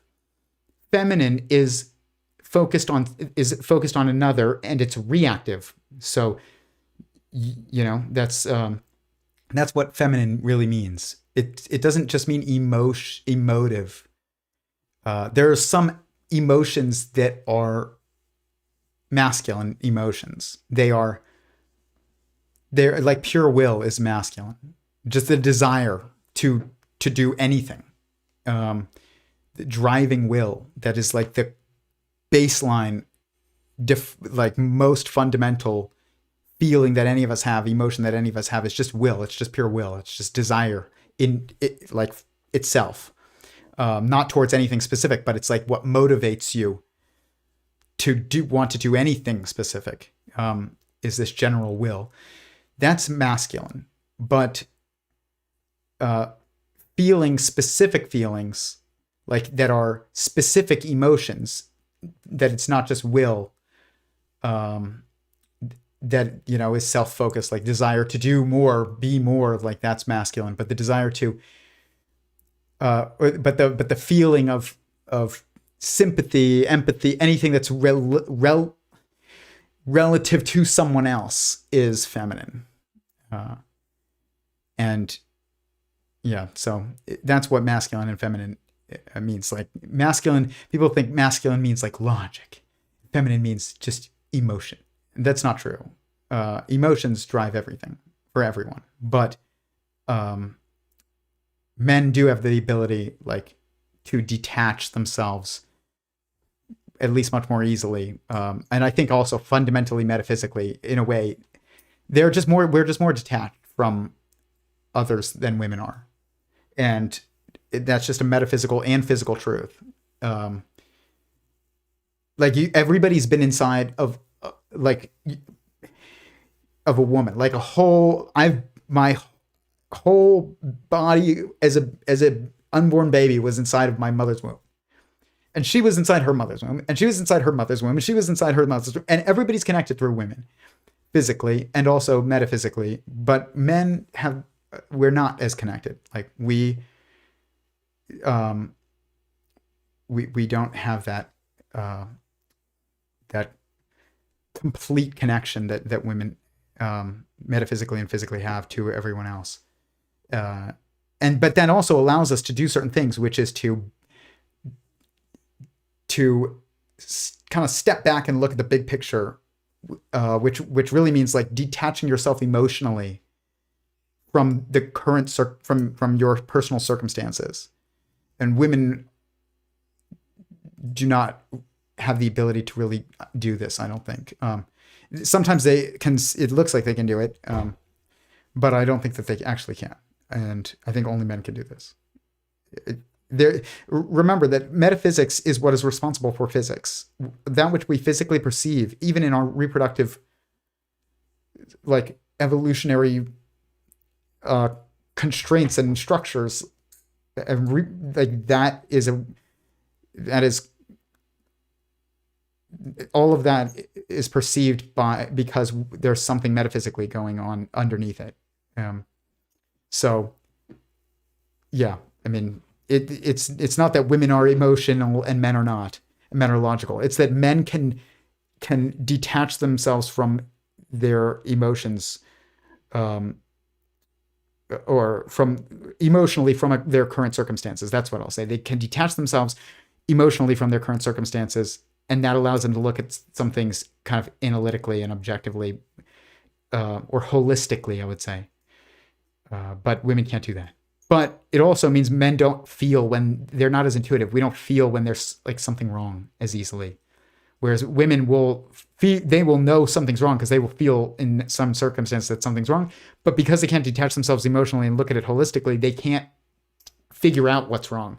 Even if they think that they know what's wrong, they usually don't. They just know that something's wrong. Men don't know that there's something wrong. But if they did know that something's wrong, they're much more likely to be able to figure out what it is. And so that's why you need both men and women in order to succeed. You need a man and a woman to get married and team up and figure out the world together, because you just can't do it on your own. You'll think that you can because you can't know what's beyond you, but you can't. It's fascinating. It's amazing. But yeah. Next clip. How long have we been going, guys? An hour. I said I would end before midnight, so we can go one. We've got an hour left. I'm really trying to not overwhelm people and not stream too late. Okay. But it's the structure of mind. Like when people start saying things like evolution has provided us with eyes, and that's why we see things. And it's like this, if you're going to talk about like an information structure and in this analytic idealistic sentient singularity, non-duality type of context, what matters is the structure of mind, which is the structure of information processing, which is how do we organize different components of an experience around each other in relation to each other in order to contextualize each other. And you do that when it comes to physical observations with this structure. And that's it. You know, even in the order of operations in mathematics, parentheses, multiplication, addition, exponentiation, division, and subtraction. It's a Calabi-Yau manifold, or it's another symmetric set. It's literally everywhere that you look. The food groups. I remember my biology professor in college. He said, my freshman biology professor. He said, "There's no such thing as a vegetable." People would be like, "Well, what about potatoes?" And he'd be like, "That's a root." And they'd be like, "Well, what about a tomato?" And he'd be like, "That's a fruit."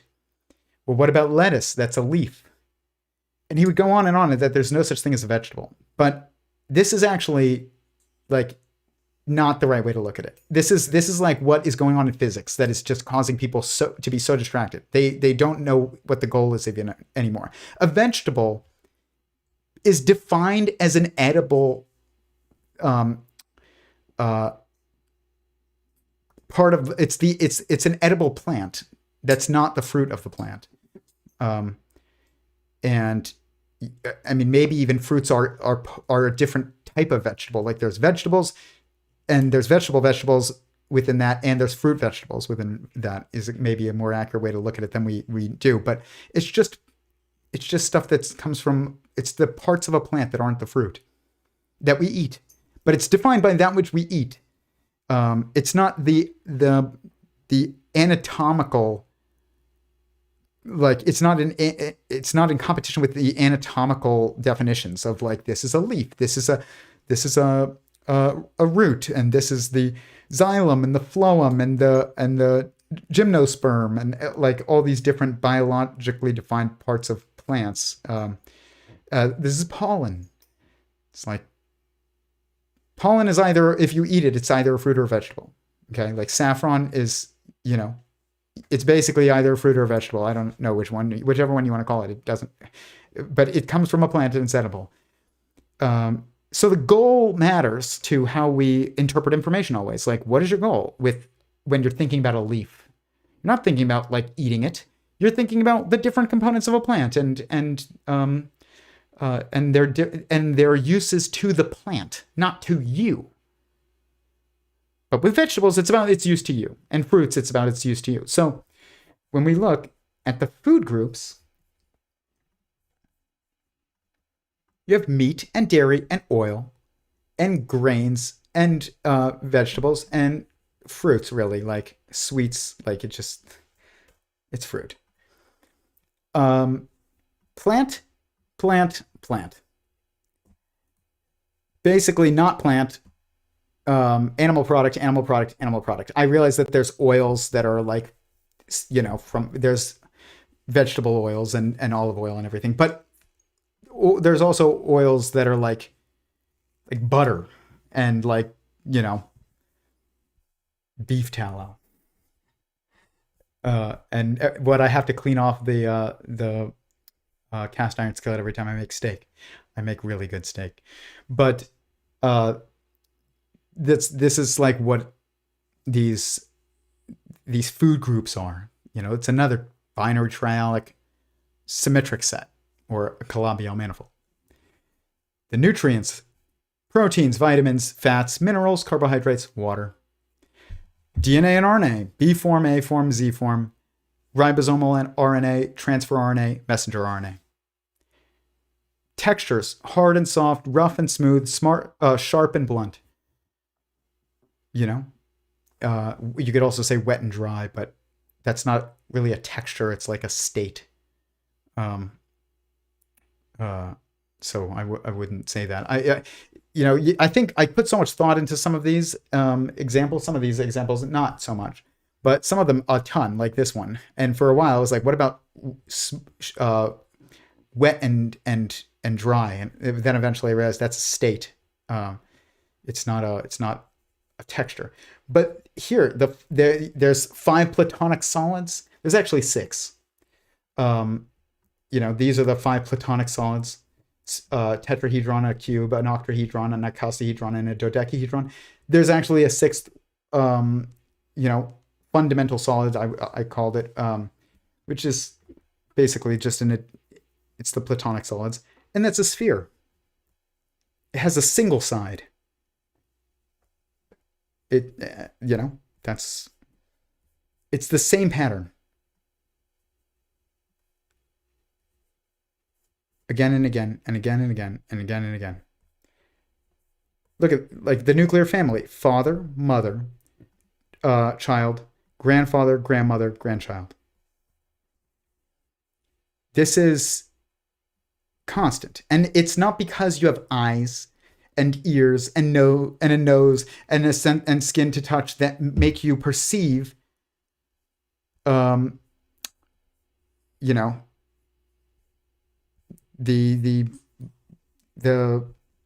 sensations of sight and smell and hearing. It's the mind, the mental structure is what is responsible for both of these things, which is kind of like this. I mean, I don't know. I don't think this is really like, it's more like that, like it's mind. Eyes, tongue, nose, skin, and ears. You are a mind. And this is just you perceiving the information structure that is your sensing strings of senses, I guess. Your strings of incoming information. When you think about it, this is how your mind will organize it, because it's the structure of mind itself. So it's fascinating. It's not... the dashboard metaphor is close. It kind of starts to get people thinking about things the right way, but it's still metaphor. Really, it's just the structure of mind is reflected and projected and constructed into all information that you perceive, imagine, perceive or imagine. Like that's just the reality. So it's amazing. Let's see. This is where Bernardo goes wrong.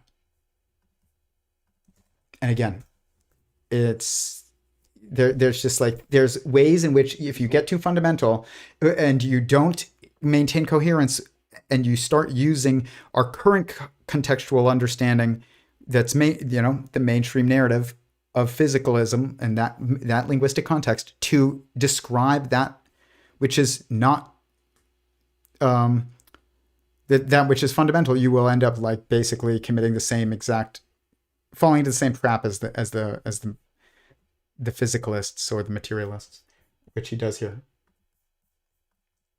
It only means the following: if we saw the world as it actually is, in other words, if our perception mirrored the world as it actually is, then our internal states would be as unbound as the states of the world, which we have no control of. And that means that seeing alone could kill you. It could increase the dispersion of your internal states to the point that you would melt into hot soup. And that's thermodynamics for you. So it has been shown mathematically already by a person from the UK that perception cannot mirror the world. We would die very quickly if it did that. Perception is an encoded at a glance overview of what is salient and relevant about the world, but it may look like nothing. It may look nothing like the world actually is, although it conveys accurate information about the world. So that's the...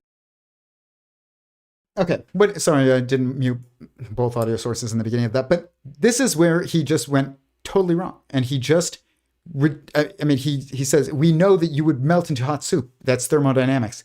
If you could perceive the world as it actually is, and all the information, that is actually present. This is a physicalist context.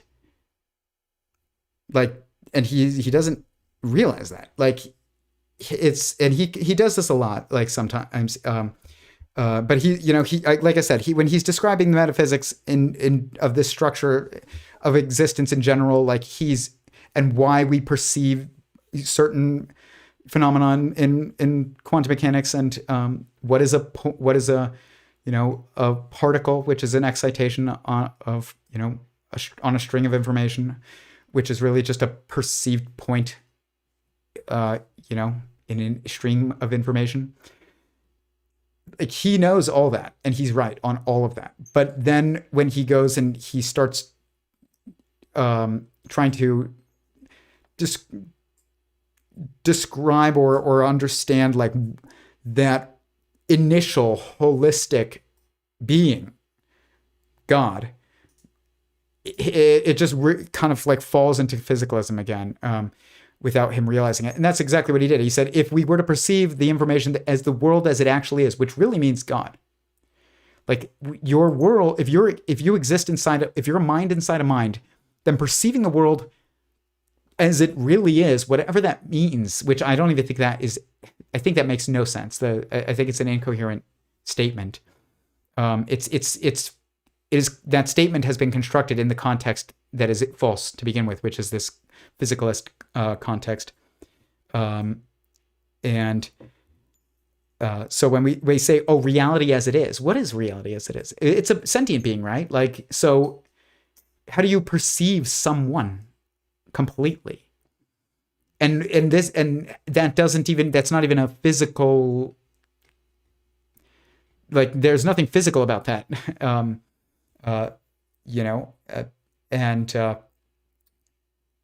Yeah, it's just like, it has nothing to do with thermodynamics, and there is no reality to see as it actually is versus reality that you see because you're just perceiving this, contextual overview. That's not false. You are perceiving a contextual perspective, but that's intrinsic to the fact that you have a mental structure that is specifically defined, and you also have a circumstance in your relationship with the being that you're within, and the beings that are around you, and the beings that are within you, meaning your cells and any beings even within those beings. And that circumstance, that moment where that is contextualized by your relationship with all the other beings that exist, and that are, especially those that are directly contended with by you, like you're inside of God, and there's someone near you, or somebody did something that impacted where you're at right you're now, and your cells are in a specific state. That's real. That's like the actuality of a moment. It's not like 3:00 on a Wednesday. 3:00 on a Wednesday just helps you coordinate with other beings. The moment is defined by your relationship with the other beings, though.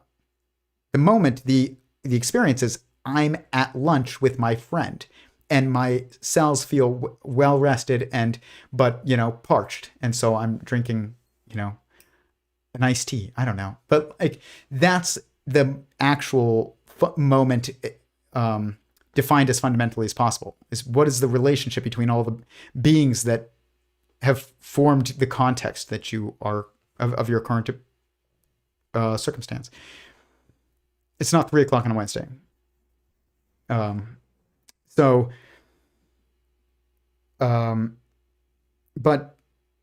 But Bernardo is bringing up like thermodynamics for some reason, and it's not relevant. But Rupert gets it, and this is his correction of Bernardo. Can I add something to that? Yeah, sure. Just really just to reiterate what Bernardo was saying, just the fact that we perceive the world from one localized point of view, it implies that our view of it must be limited, because to get an accurate view of reality, we would have to perceive it simultaneously from all possible points of view. So just the very fact, and then all we would perceive then is utter blackness. But just the fact that I don't agree with that. From a localized point of view, what is perceived is always relative to that point of view. It can always only be a limitation of what is really there. So perception, by definition, is limited and inaccurate, which doesn't mean I'm not invalidating it. It has a purpose, as Bernardo said, but it must give us an inaccurate picture of reality. Something I've heard that you say, the idea of, for example, a computer game, you're playing a computer. Again, the language, he's much more correct, but the language is still a bit off. It's not an inaccurate view.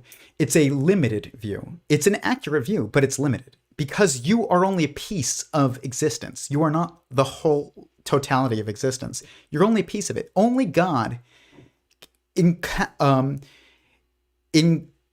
incorporates or contains everyone else and himself, but we contain ourselves and any beings within us, and we don't get to perceive exactly their perspective directly, but we feel their state eventually, and that's why when your cells are exhausted and melt, need fuel and sleep or fuel and rest and water, you start to feel bad because they feel bad. So it's about the most fundamental perception is feeling. So,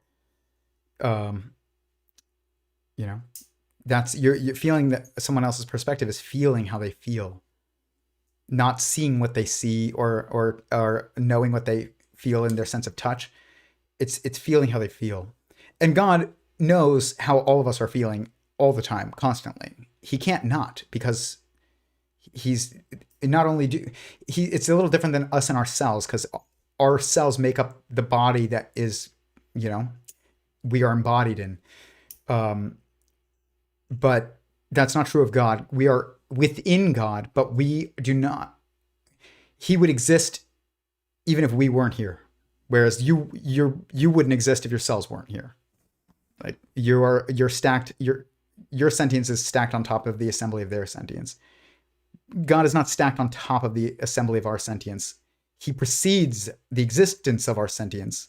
And so we are a growing assembly within his sentience that is initiated also by his sentience. Whereas your cells partially are like constructive towards at least the embodied or mental. There's no real like difference in between mental and physical. It's just a matter of like the perspective. But your cells form, the assembly of your cells forms your body. That's really what your body is made of, which is it is your mind to some degree. Like I said, it's a very big part of your mind, is a better way of putting it. It is your mind, but it's not the totality of your mind, but it's a big part of your mind. It's a critical part of your mind.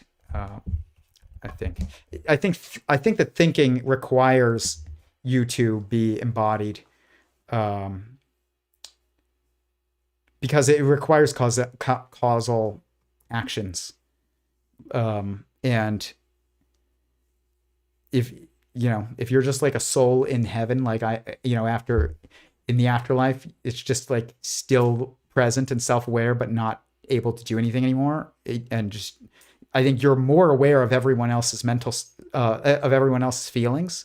You're aware of the feelings of probably the people that are still alive, that you love. And also the feelings of God, much more aware of those things, but you can't do anything anymore. So you don't think, you just feel, what's going on, but you don't think about the how, because there's no structure for you to be like thinking with, or which is really acting. Like I've said constantly, thinking is an active process. It's an active action. It's not something you just do. It's something like feeling is something you just do all the time. You can't stop feeling, but you can stop thinking, and you do it all the time, and you don't even realize it. And you think way less than you think than you feel that you think. Thinking is like a choice. It's specific. and it's like an activity. So, but yeah, Rupert's right. But I disagree that if you could perceive if you could perceive everyone's everything at once, which really means perceive everyone at once, that you would just perceive blackness. No, you would just know how everyone feels at the same time. And that's God. He doesn't just, it's not just blackness, just emptiness. I don't understand how that makes any sense, but yeah.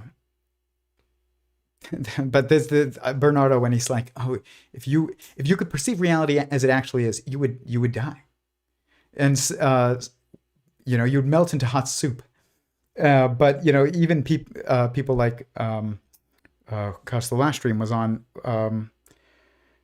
Donald Hoffman, and when he was on Simon Mundie's channel, I think that was our last stream we did, he said, if you perceived that evolution has shaped how our perception, and we don't perceive things as they are, we perceive it in the way that we have to in order to navigate the world, basically.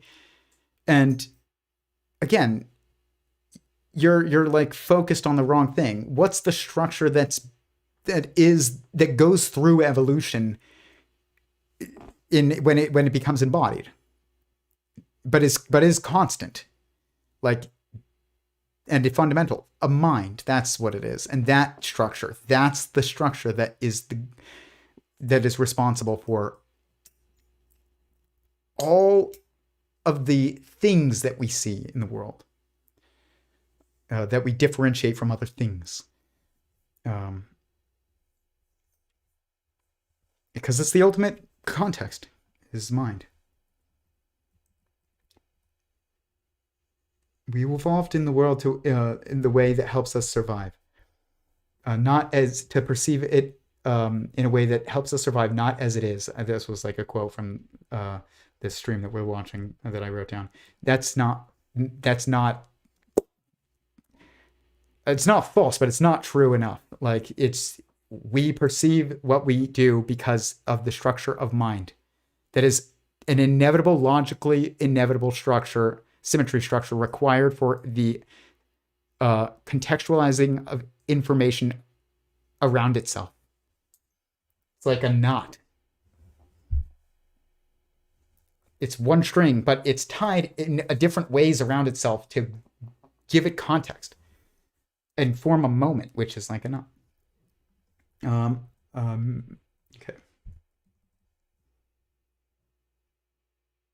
Let's go quickly. When I'm skipping some clips that I planned. Okay, this is a good one.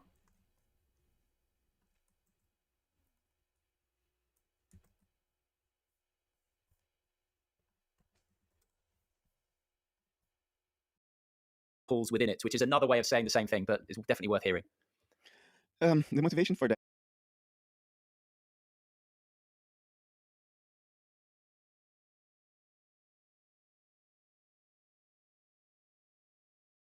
perspective, the dream was known, so that we are all James, localized river with whirlpools within it, which is another way of saying the same thing, but it's definitely worth hearing. The motivation for that was a model that some people use, the transceiver model of the brain, that the brain doesn't generate consciousness, it just receives it. The problem is that there is a built-in dualism to that. If you have a coffee filter, the filter is not made of coffee. So if the brain is a filter, then filtering consciousness, then presumably the brain is not made of consciousness. But that, I think, would be a wrong conclusion. As Rupert just beautifully explained, everything is in consciousness and of consciousness. So what's actually going on? So the analogy of the whirlpool is an attempt to solve this seeming dilemma. If you go to a river and you find a whirlpool, you can delineate the boundaries that whirlpool precisely and say the whirlpool is here and not there, and these are the boundaries of the whirlpool. It has an obvious individuality to it, an obvious localization to it. The water in the whirlpool keeps turning around the same point, the same center, while the rest of the river flows away. So the idea is that our brain and its brain activity, the rest of our body, it's not generating consciousness. It's the image of a certain localization of the stream of consciousness, in the same way that the whirlpool is the image of a certain localization of water in a flowing stream. And brain activity correlates with experience because it's the image thereof. The image of a phenomenon, of course, correlates with the phenomenon it's an image of. The body doesn't generate consciousness. It's just what the localization of consciousness looks like from the outside. And you can delineate the boundaries of the body and say, here is the body, in the same way that you can delineate the boundaries of the whirlpool and say, here is the whirlpool. Yet, just like there is nothing to the whirlpool but water, you can't lift the whirlpool out of the river. There's nothing to it but the same water as the river. There's only the river. In the same way, there's nothing to the body but consciousness. It's just the image of a certain localization of conscious contents. Beautiful. He's right. This is what I was saying earlier about, like, look at your arm. You will perceive and think about the different component parts of your arm. Arm, hand, fingers. If you think about your hand, fingers, fingernails or fingertips, like that's, you can do this again and again and again. And no matter how closely you look or how broadly you look, you will see the same binary triadic structure. The other side of this is your legs, and it's your legs and your feet and your toes. And you can do the same thing with your foot, toes, toenails, or toe tips, I guess you would say. These are the they have different roles for the arm, and that's why you perceive them as different. But it's just information with a different degree of freedom, and you perceive that. And as this structure, that's it. But the same thing is going on when you perceive a brain. Even if it's your own brain, like I said, if you get a CAT scan, you look at your brain, or getting brain surgery and you're awake for it, which happens apparently a lot more than is comfortable. And because there's no feeling to the brain, so you just physical feeling. So there can cut pieces of your brain off and you don't feel it. But they want to make sure that you're they're not hurting you more, so they sometimes keep you awake. Apparently, I'm not a brain surgeon, but I've looked into this a little bit, and because it's more dangerous to have you be anesthetized, because they can't tell if something has gone wrong and they've cut out more than they should have, or did that something's going. I don't know. There's a bleed or something, but you can tell how somebody's going to be being impacted by you prodding at their brain if you keep them awake. And so but the brain is not generating consciousness, and it's also it's not the bottle of consciousness, like a brain in a jar model, which is really a soul in a brain, someone in a brain model, which is it leads to this question that I have, that I asked my dad. Is a doctor too, and I asked him, and I've asked tons of people this, and they almost always give me the same answer, which is the conventional one. And I say, if you and I got a brain transplant, would I now be in your body and you be in my body, or would now you just have certain talents and taste preferences that I used to have, but now your IQ is mine and my IQ is yours, and I'm better at math because you were good at math, and you're now not as good at math because I wasn't as good at math. What is the brain is it just a tool, or is it the source? And I think my prediction is that it's a tool. So a brain transplant wouldn't actually transplant you into a new body. It would just give you a new brain. Just like a heart transplant doesn't put you in a new body, it gives you a new heart. I don't know if we'll ever actually get to test that, but that is I've never heard anybody else make that prediction, actually. Everybody thinks that you would swap bodies if you swapped brains. And I think you would just swap brains and you wouldn't swap your body. And it might even be that your goal matters to that, which is really odd to think about, but to the outcome of that experiment. But I think that if it doesn't, then what it will be is you will just have a new brain. You could get you take the Chris Langan's brain and you put it inside of mine, and I would get an IQ jump. And it wouldn't be Chris Langan would now be shorter and younger. I would just get an IQ jump and, whatever, be better at certain things that he's good at now. That's what I think would happen. And that's when people say, well, then where physically are you? You're not anywhere like physically. This is a perception of the physical is a constructive projection or constructive perception, depends on if you're the perceiver or the viewer in this, of someone, and the boundaries of like causality and relationship with them, and that's it. Like, it's just not even the way, and even the question is not a good question because there's no answer. If you were physically somewhere, then you're back to, then physicality is not an emergent observation from, the fundamental existence of sentient beings. It is actually like the container and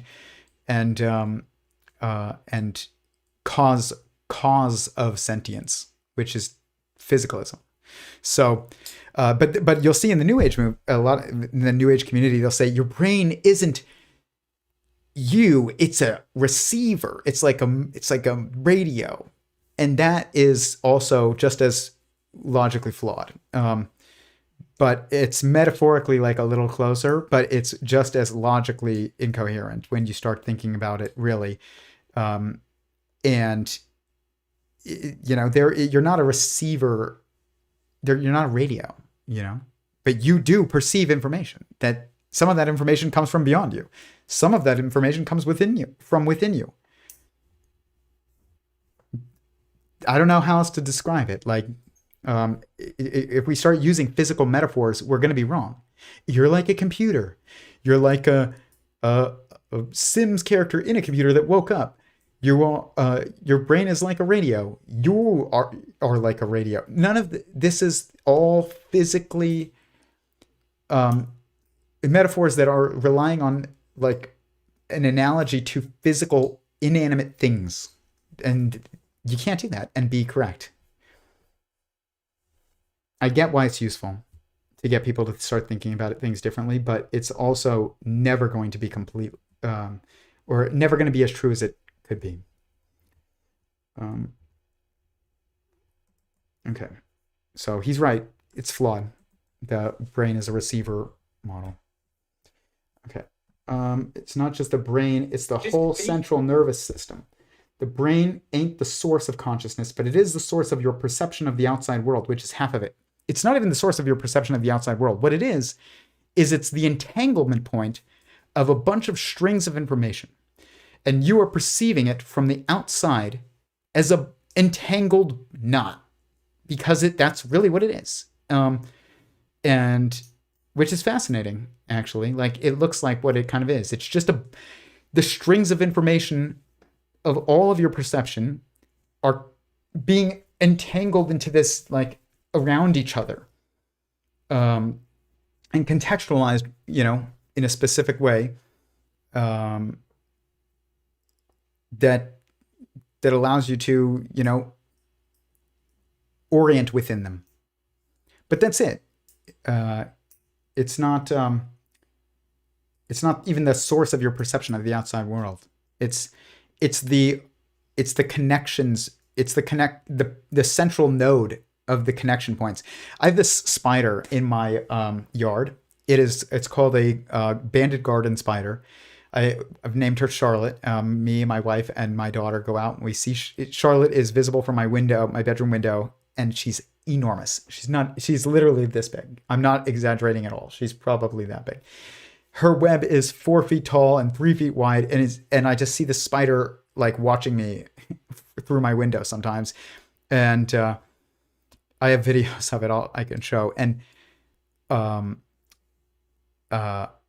this spider web, imagine that is like, I know this is a physical metaphor, but still, like, that's, imagine each string is in a spider's web is a string of information. Or is linked as, that is basically a string of information. It's entangled web knot thing that kind of, where they all connect, all those strings. That's the brain. Imagine this had a bunch of strings coming off of it, but then they all together formed this knot in the center where you tied them all together. That's what the brain is. It's just the external view of information strings tied around each other. I mean, that's exactly what it has to be. When you cut the brain, I'm not saying it doesn't have an impact. It doesn't erase who you are, but what it does is it can sever like the connections between what you see and what you hear, and what you hear and what you smell and what you taste, or what you see and what you taste, or and so basically maybe now that string of information that's coming from your taste buds is no longer able to be properly contextualized in its relationship with the other strings of information. And so, like I said countless times on here, information is context. There's no information outside of context and information inside of context. Context is information by definition. And so if you destroy the context by cutting a string, that information you're severing a connection point. It's not that the information's gone, really. I mean, it is, but it's not that the taste buds aren't, and the cells on your tongue aren't having the same experience. It's that you don't know how to, or can no longer contextualize the information they're sending you, and which means you lose it. You can cut a part of your brain and lose your sense of sight. But that doesn't mean that the cells in your eyes and all the structures in your eyes aren't actually still they might be completely unaware of the fact that the information they're sending down stream is no longer being received. And it's no longer able to be contextualized, but it might as well not even be being sent. But it probably is being sent, and it's just not able to be made sense of. So it's not perceived anymore. You can only perceive what you can make sense of. There's no way to have to see something and not have, or to experience something or see something and not have any context to define it. If things exist that are beyond your ability to contextualize completely, you just can't perceive them, even if they were all around you all the time. So, yeah, I mean, it's just fascinating. I'll show you the spider actually real quick. This is Charlotte. Charlotte is actually, I really like Charlotte, and spiders creep me out, but I like this one. Where is, here she is. Look at this. Isn't that nuts? This is the spider. She caught this monarch butterfly. My wife and I were filming this monarch butterfly fly from flower to flower in our yard, and my wife goes, "Do butterflies have any predators?" And immediately this butterfly that we're watching flies right into Charlotte's web, right after she said it. And I caught the whole thing on video. I'm not, just so that you know I'm not lying at all. Watch this.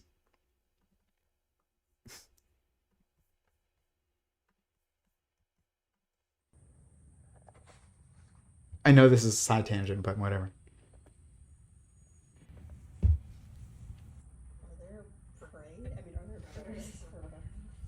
Birds.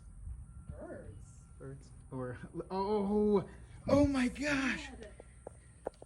Speaking of predators, flew right into Charlotte. Charlotte killed the butterfly. Oh no, Charlotte.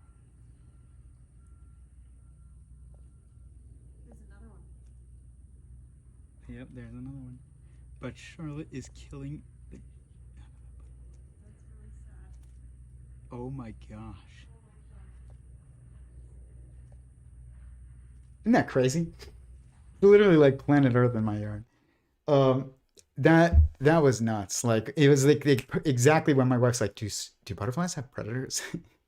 Yes. That's God answered that question. I didn't have to. God answered it. I was like birds, and God was like, yeah, also spiders. But Charlotte is like, look at that, the web. It is beautiful.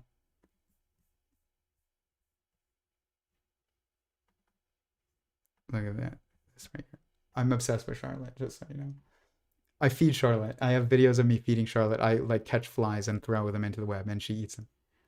My daughter goes with me to go feed Charlotte. Isn't that crazy?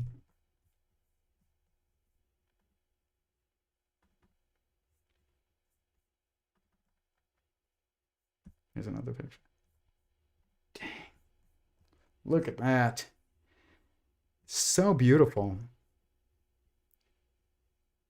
So beautiful. I think about spiders' webs as like in like just strings of information, and you know something flies into that web, and all of a sudden like she knows exactly where to go because she feels it, and it's just amazing. But anyways, yeah, that's Charlotte, my my neighbor, I guess, the giant spider. Okay, this next one is about the definition of consciousness. What time is it? Let's try and move quickly. Okay, we got like 30 minutes left. Can you just define, in the simplest terms you can, what consciousness is, Rupert? Consciousness is that with which our experience is known. It is that within which everything appears, and it is that out of which everything is made, or of which everything is the activity. That was nice and concise. Bernardo?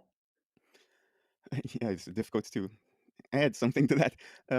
Maybe another formulation. Consciousness is that whose excitations are experiences.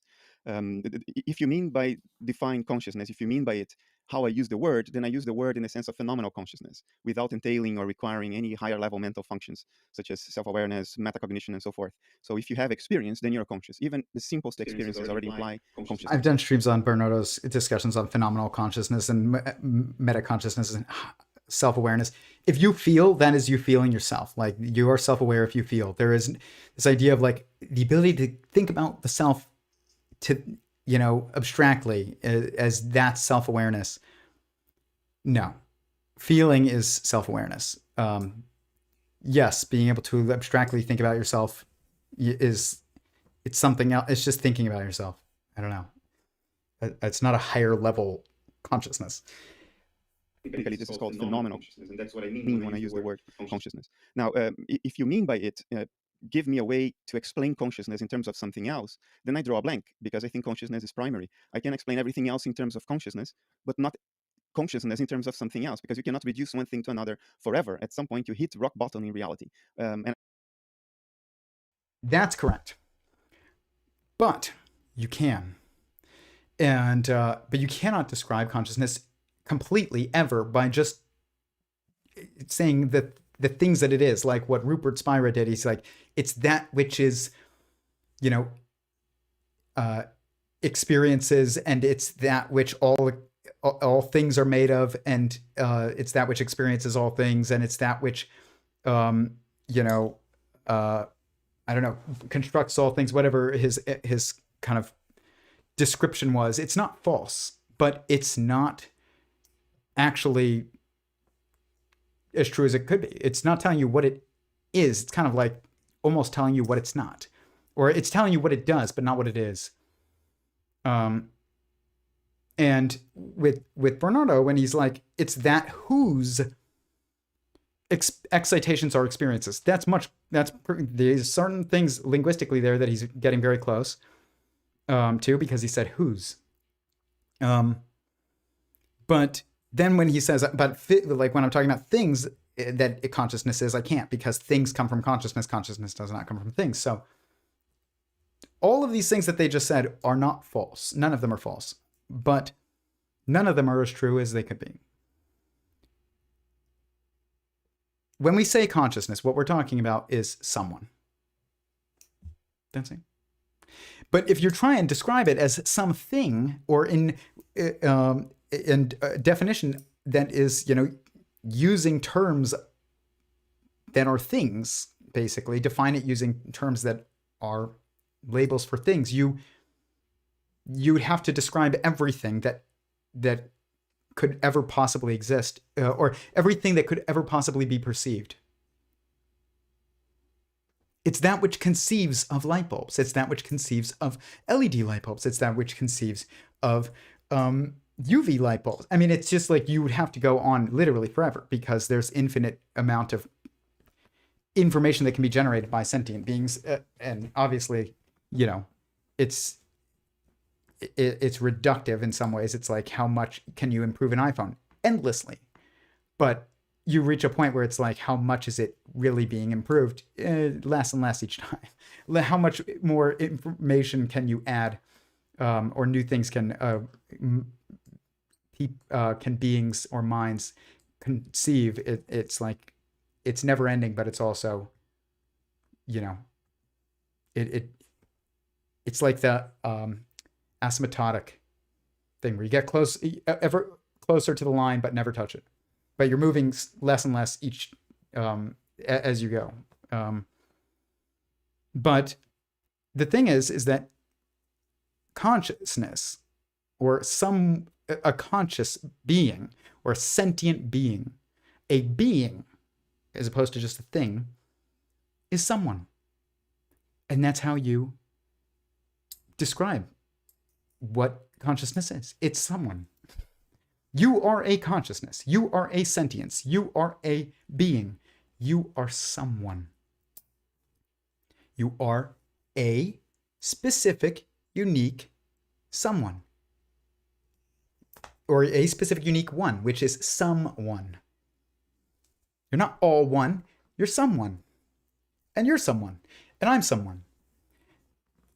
Another way of saying someone is like sentient singularity. Someone. It is the fundamental nature of existence, is it's someone. It's not something. It is something, but it's not really something. It's someone. And it's only something when we think about it as a thing. But if you don't think about yourself as, you say, what are you? I am human being. I am a mammal. I am an animal. I am a machine, but also more than a machine. But that's not what I am. That's like things I do, and which we perceive as a body and mammal, and like saying I'm a mammal is really a description of what I do. It means like the females of my species breastfeed, and like we don't lay eggs. Well, actually, some mammals do lay eggs, 2 of them at least, an echidna and a platypus lay eggs. But so at least breastfeed. That's what it means to be a mammal. But that's actually like what that really means is to be a mammal is to be able to do something. It's a description of what you do. It's not what you are. What you are is you are someone. And it's in the language itself that you understand what you're actually trying to describe. It's you. It's not humans. It's not like mammals. It's not males or females. It's you. Or someone. It's that simple. It's not even, you can get so much more true and so much more concise than even Bernardo got with it's that who perceives, it's that whose excitations are experiences. Like that's so, it's not false. It's just, it's not as true or concise or as intuitive as it could be, even though it is technically not false. You're someone. This is the Sentient Singularity Theory, the first page of the paper that I'm very slowly working on still, is the byline is the theory of everyone. If you look at sentientsingularity.com, sentientsingularity.com, and you go to writings, and you go to technical description of existence, Sentient Singularity Theory, the theory of everyone. That means a fundamental theory is a theory of someone. It's the structures of someone and the nature of someone. It's a description of what is of the and the relationships of someones in the cosmos and the cosmic processes. It is emergently a theory of everything, but it's not intrinsically a theory of everything. And what is intrinsically a theory of everyone, but emergently a theory of everything. And when Donald Hoffman says there's no such thing as a theory of everything because you always need an outside context to contextualize a thing, he's right. But you can create a theory of everyone, and that theory is emergently a theory of everything. But if you try and make a theory of everything, you'll fail. It's ironic, as Senator Palpatine would say. Yes, I'm that much of a nerd. But if you're not familiar with Sentient Singularity Theory, you can go to my website and you can read this. And you can also read a poetic description of existence. And they're both kind of just descriptions of what I am proposing. But you're someone. That's what what a sentience is, what sentient being is, or sentient singularity. It's someone. Phenomenal. When people get into phenomenal consciousness versus meta consciousness, you're in the weeds, and I think that it's actually wrong. There's thinking as a process, and then there's feeling, which is intrinsic, and that's it. There's different degrees of freedom that you have in your ability to construct mentally and physically circumstances for yourself, but they do matter to your like awareness, but they don't increase or decrease your level of sentience. They just increase or decrease your level of kind of like the specificity of your emotions that you feel, but like they don't increase the depth. Like you feel regret if you have the ability to speak a complex language and that also allows you to imagine abstract circumstances that are not what your current circumstances. That means that like helps you perceive mistake and then feel regret. But it's really just sadness in the context of like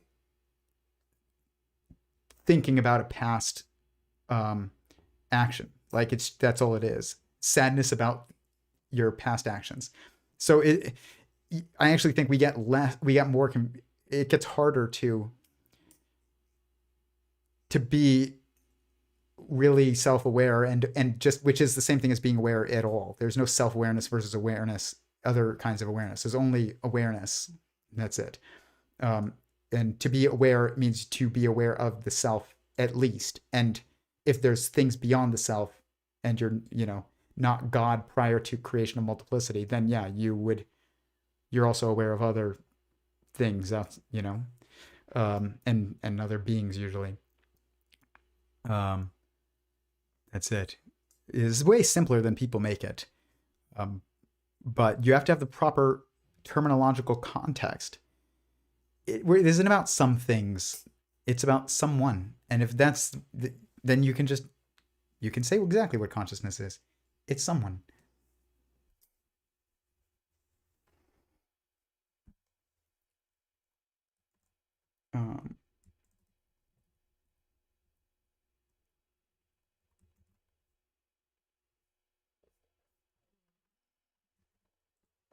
Okay.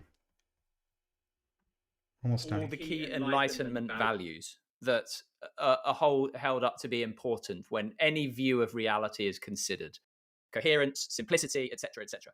We haven't got time to delve into all of them. Can you pick the strongest one in your view for why materialism does not tick the enlightenment box? Oh, explanatory power. It doesn't explain experience, which is all we have. So there is a sense in which it explains nothing. Internal consistency. It defines matter by definition. It defines matter as that which has nothing to do with qualities, and then it tries to explain qualities in terms of matter. It's an internal inconsistency. I mean, I could go on and on and on, but you asked for one, I gave you two. And you did give it to you too. And the fact that you laughed, I think, speaks. I mean, you do find it laughable once you've looked at it. It seems to me. Yeah. Materialism is the worst option on the table right now. It is literally laughable. Okay. And the reason we don't laugh about it in the culture is that culture has manufactured plausibility for it. Okay. Now, just a quick word as well on the brain, right? Just the view of it. Okay. So my experience of my brain and your experience of my brain, just because I think this is a key point. Would you mind just quickly again explaining that the brain from my point of view and from your point of view? The brain is what your conscious inner life, especially the metacognitive part, looks like when observed from the outside. Look, if you observe combustion from the outside, it looks like flames. It's the image of the phenomenon, and therefore it correlates with the phenomenon. But I've already explained my perspective on this. It's just the entanglement point of a bunch of strings of information being perceived from the outside. I don't know how different that is from what he's exactly saying. It's a little different, but it's also it's close. But language matters. It makes it like there's a big difference between saying consciousness is that thing whose excitations are experiences. Good luck decoding that, like I'm not saying you can't, because that makes perfect sense to me when I hear it. But you have to have a lot of context in order for that to make perfect sense to you when you hear it, and for you to just be like, okay, yeah, fair enough. But you kind of have to teach somebody that is the case, and in order for them, like if they don't already know, if that doesn't already make sense to them, in which case it's not going to still make sense to them because it's not organic. It's just not. It's not as true as it could be. But if you're just like, what is consciousness? It's like, it's someone. Okay, I understand exactly what that means, because the truest thing that I know is I am. So I definitely know what it means to be someone. I now understand consciousness better than I understand anything else.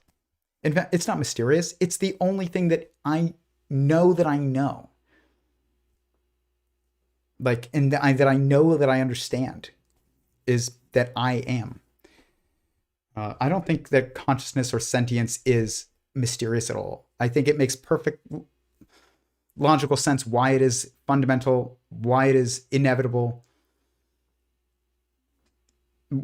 Like, why God exists is because that's just the inevitability of information, and it exists. And the fact that existence is that there's only one existence, The closest way to make multiple existences is to make other someones. But that's still, they would still be within the initial someone, because you can't make them outside of the initial someone. If the initial someone is all of existence itself, you can only make others within it. God can only make other beings within him. He can't make another being next to him. Like we have this weird dualistic thing happen where, like, you're made inside of the womb of another being, which is your mother, and then you're born and now you're next to them. But like, we can't be next to God. We are always within God. And you can communicate with God like all the time, but you have to recognize the context of your relationship with him. You're inside of him. Like, my wife communicated with my daughter way before she was born, like through touching and laughing and eating, and like, women have a relationship with their unborn babies because they feel, the reactions that their babies have to things that they do, and so the babies feel the reactions that the mom has to the things that they do. When they kick, mom does this, mom pushes on belly, baby kicks back, mom pushes on belly, but you can't like see mom because you're inside mom. So just recognize like the constraints, the logical constraints of what that means. And it helps you understand like where to even look for communication from God. Okay. Here. They basically go on, you know, when they say physicalism, it's just doesn't explain anything. That's absolutely true. Physicalism is against first principles, and it is against intuition, and it is against logic. It is so unnatural of an assumption, and it's that I literally think people could think, and that people's mental state was totally different in prior to the rise of physicalism as kind of this assumed context of our world. I literally think your entire outlook on the world was totally different. Your language was totally different.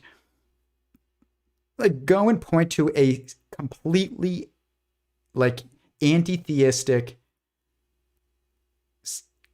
ancient culture that it doesn't talk about spirits and souls and God and you know, the afterlife. Like, that is not, and none of that is part of our current narrative in our mainstream institutions. None of it. That was universal across the world until the rise of physicalism. And physicalism doesn't tell you anything about what things are. It just describes what we see, and which is almost not even necessary. I'm not saying all of our science has been useless. It just means like it hasn't helped us understand what the world is, which is really who the world is. It's just helped us predict what we can make it do in certain circumstances. And you know, okay, that people could do that before too. But when they go on to say idealism doesn't undermine science, it like adds to it. And I totally agree with this. Just quickly, It doesn't undermine or anything that we've documented and observed and tested in our scientific endeavors.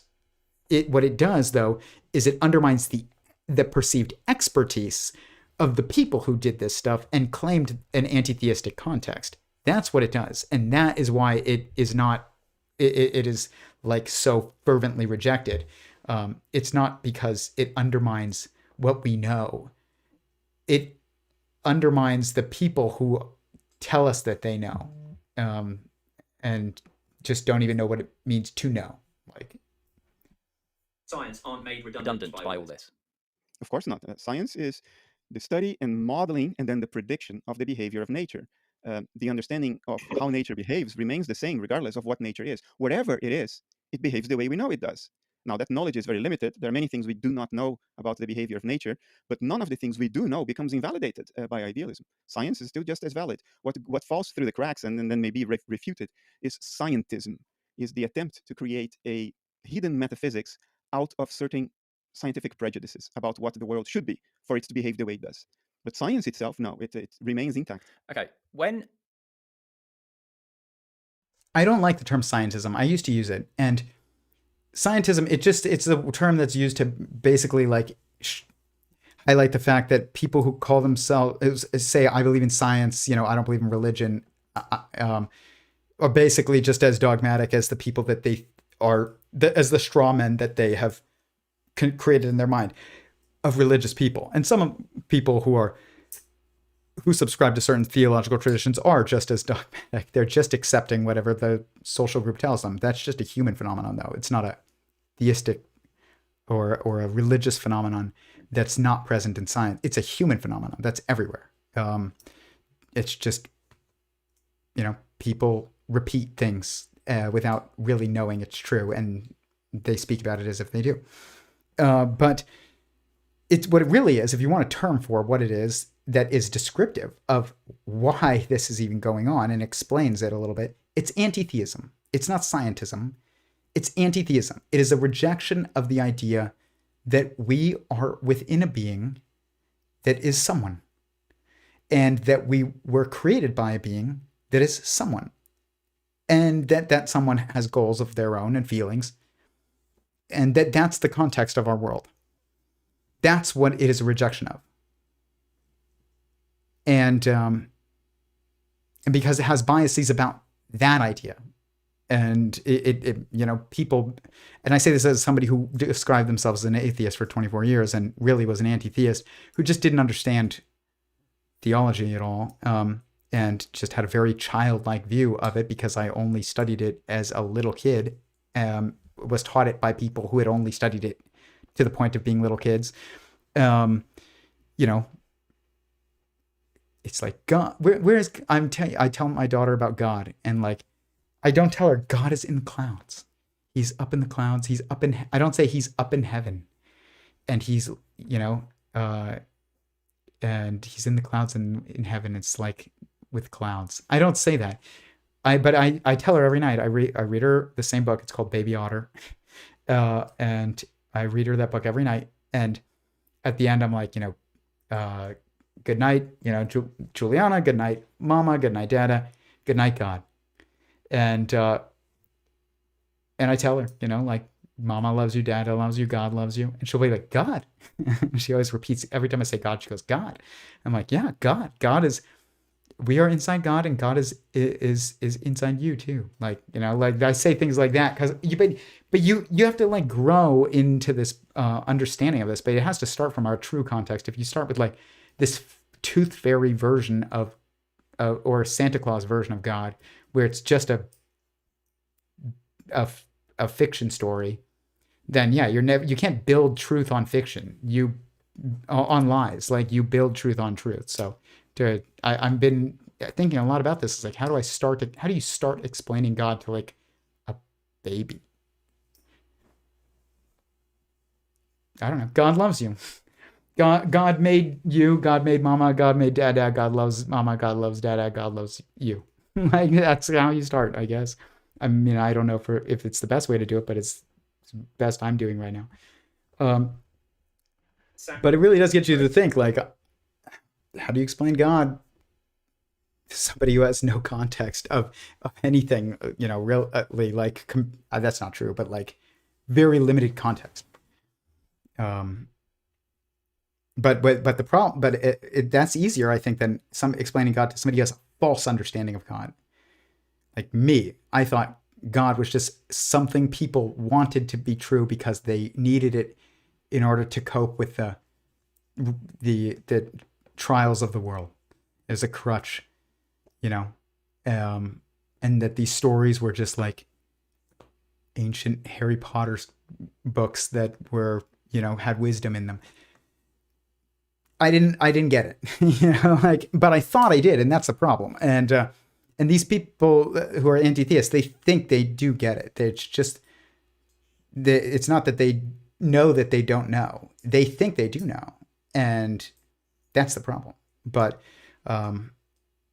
yeah, they're anti-theists, and it also just undermines like their expertise. Like it does, because they've been claiming that existence in the universe and physics and evolution and everything is absent any of that context and any godly context for decades at this point.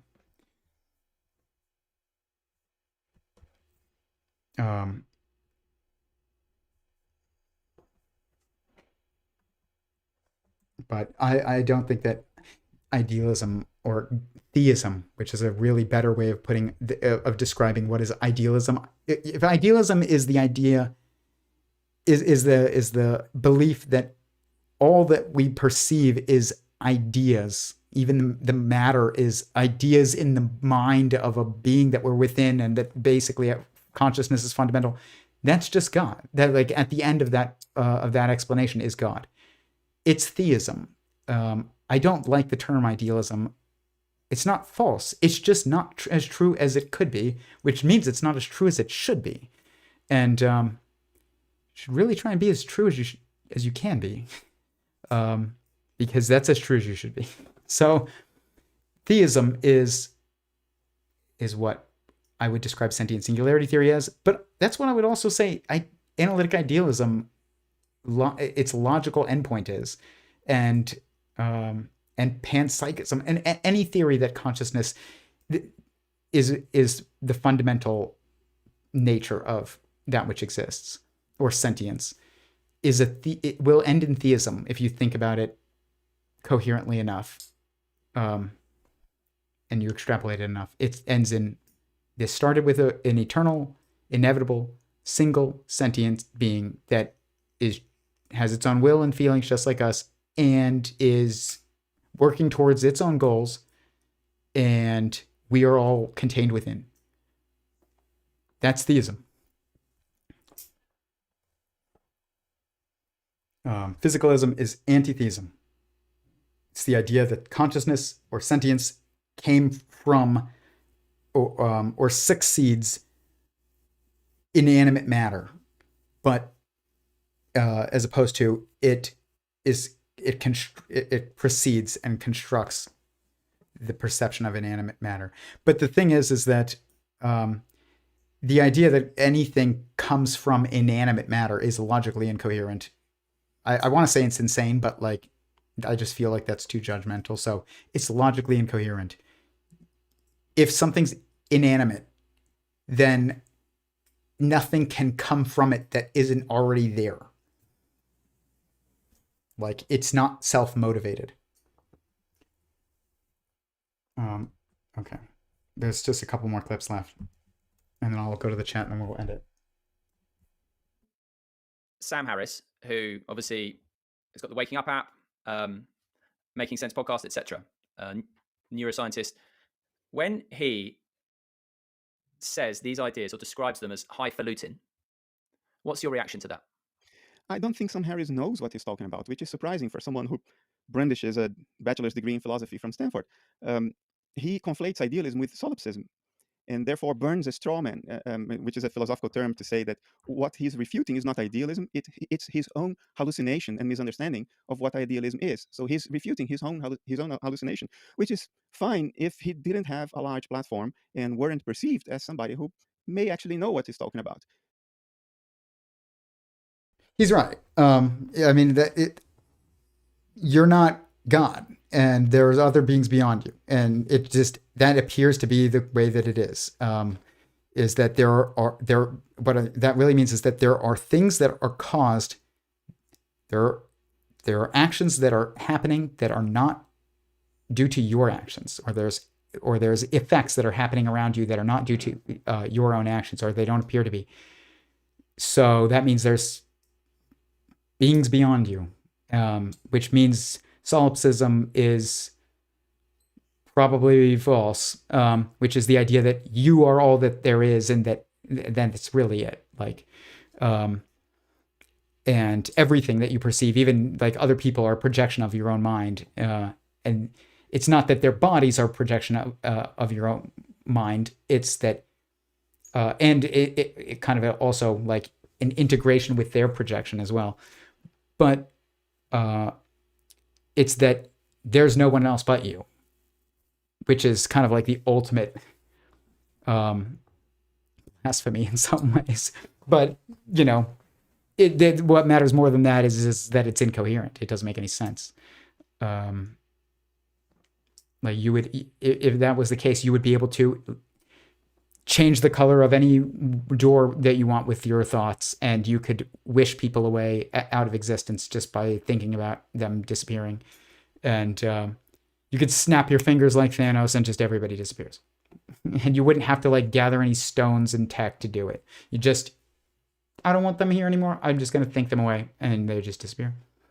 If you can't do that, solipsism doesn't make sense. But Sam Harris does burn a straw man. I don't think he does it consciously. I think he's very confused. Like, Sam Harris there's nobody that is able to be so incoherent and sound so wise at the same time that he's being so incoherent as Sam Harris. And I used to really think he was brilliant many, many years ago. And but I've done streams about like his wife kind of has this she's made similar mistakes of like her metaphysics, and you can watch my stream on it. But I'm trying to remember exactly what the details were. But it kind of her metaphysics breaks down, and she'll say there is nothing but consciousness, but that but consciousness isn't someone. She'll be like, you are an illusion. Your someoneness is just an illusion. And it's like, that's what consciousness is it's a conscious being is someone. Like, so you can't do that. But the thing is that if you don't do that, if you do that, what she did, then you end up with an incoherent metaphysics and very confused. But if you do recognize that consciousness is fundamental and that consciousness is someone, or that which is conscious is someone, then you're at theism again. And Sam Harris is an anti-theist, very much so, partially because he judges theism based on the actions of people who claim to adhere to certain theological traditions, and you can't do that. Humans are flawed. It doesn't matter what their claimed beliefs are. Humans do evil shit. Like, we just do. It doesn't matter if you believe in God or not. It's just if you understand God, then you just are more aware that it's bad. It doesn't mean you don't even do it.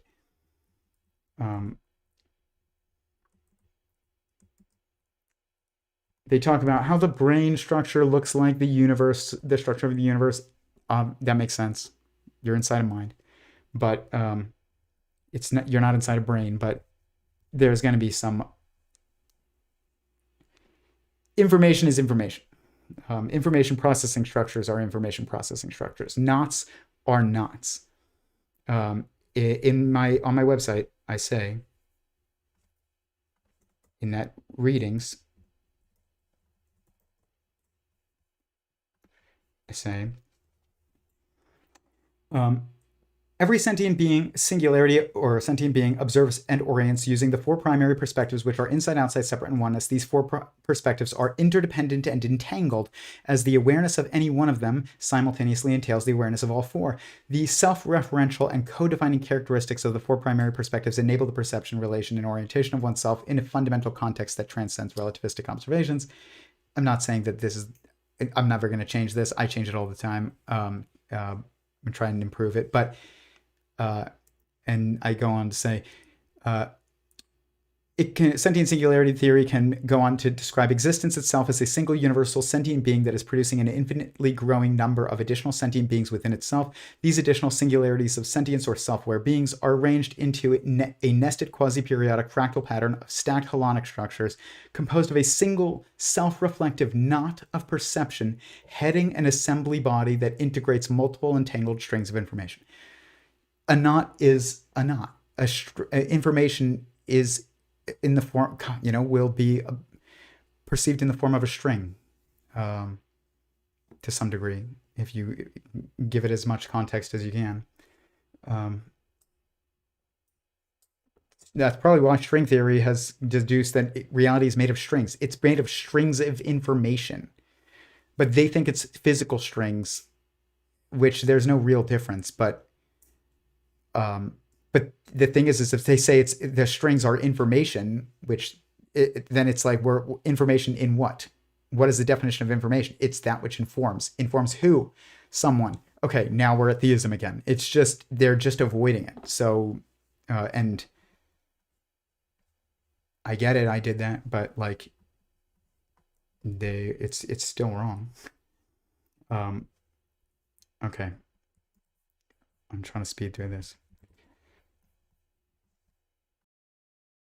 Right. Let's move on to the implications, the so what question, right?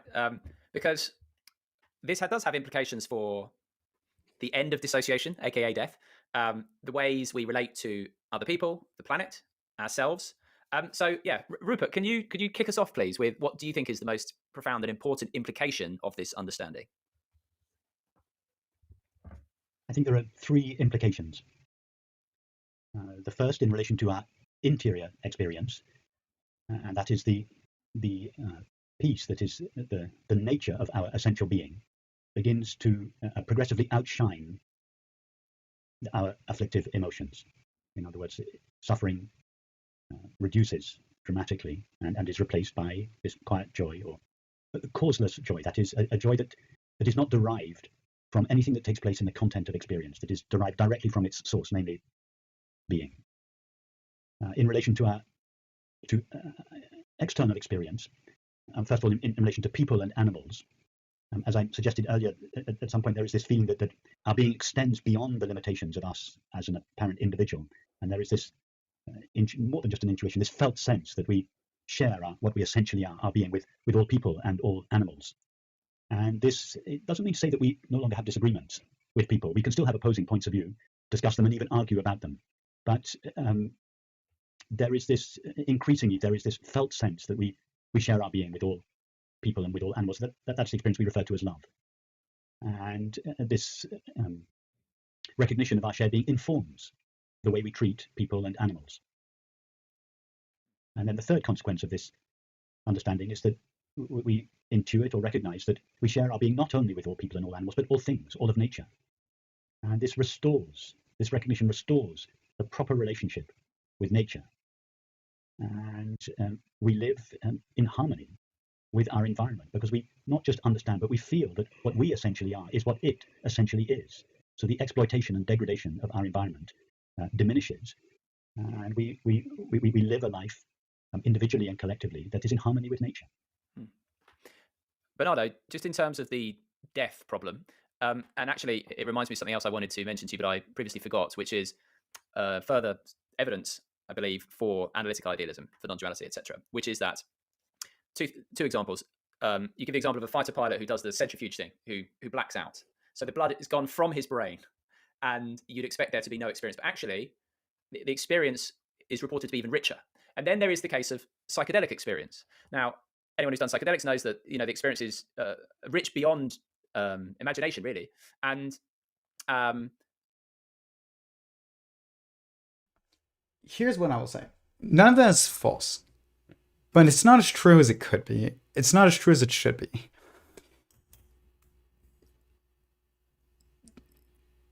The consequence, I say this in my Theories of Everything, the how-to guide, is people, at the end I get into, what is the application of theory of everything or fundamental theory? Because people ask me this all the time, what's the application of your theory? It's like saying, what's the application of the theory of evolution? It's endless, but this is even more. Like, there's countless applications, but you tell me, what do you want to do? And I'll tell you how this helps you do that. And or how this tells you whether or not that's something you should or shouldn't do, or how it could help inform that. Like it's endless application.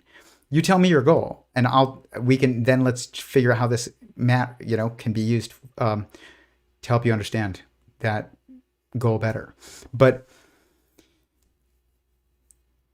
that's not like what the ultimate realization of this is. When he's talking about, we need to, how we treat animals and people, what he's talking about is morals.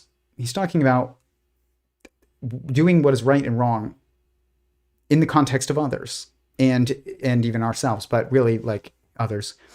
But the one thing that he said, to live in harmony with nature. What does that mean? To not exploit the environment. What does that mean in a non-physical theory? The environment is a physical thing.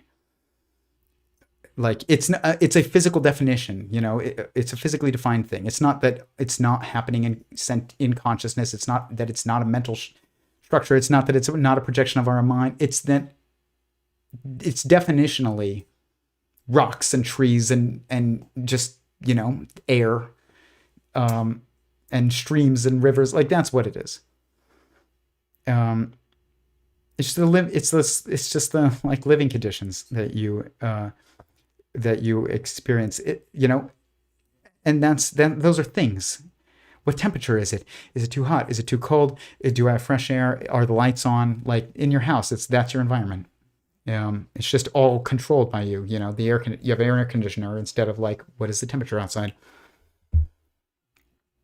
It's empty. It's empty. But it's felt as not empty because we know that the environment, really, the world that we share impacts all of us. So really it's about like us impacting each other. It's not about like us impacting the Amazon rainforest. It's about all the animals that live in the Amazon rainforest being impacted. And even, the cells inside trees. I don't think trees are sentient, but the cells that make them up are sentient. But there's enough relationship there that's like all contextualizing and the most critical. And that's our relationship with God. Like, what is his goals? Like, we have to start thinking about that. Like, because he chose to create us and everyone else who exists, every cell, every animal, every human. It's not inevitable that they exist. He chose to create them because oneness is the default structure of existence. And multiplicity must be a choice then. It's like flowing downstream is the default. But if you're going to go upstream, you have to make a choice. God's making of multiplicity of sentience within his oneness is him swimming upstream. It's a choice. It's not something that just happens. It's something that will never happen on its own absent a conscious action against what is the default state of him, which is oneness. Because he's existence and he's sentient. And both of those are defined by singularness, some oneness. And that means he has a goal. Like, we should think about what that is. And that's like huge. I mean, I think it's the most important application of the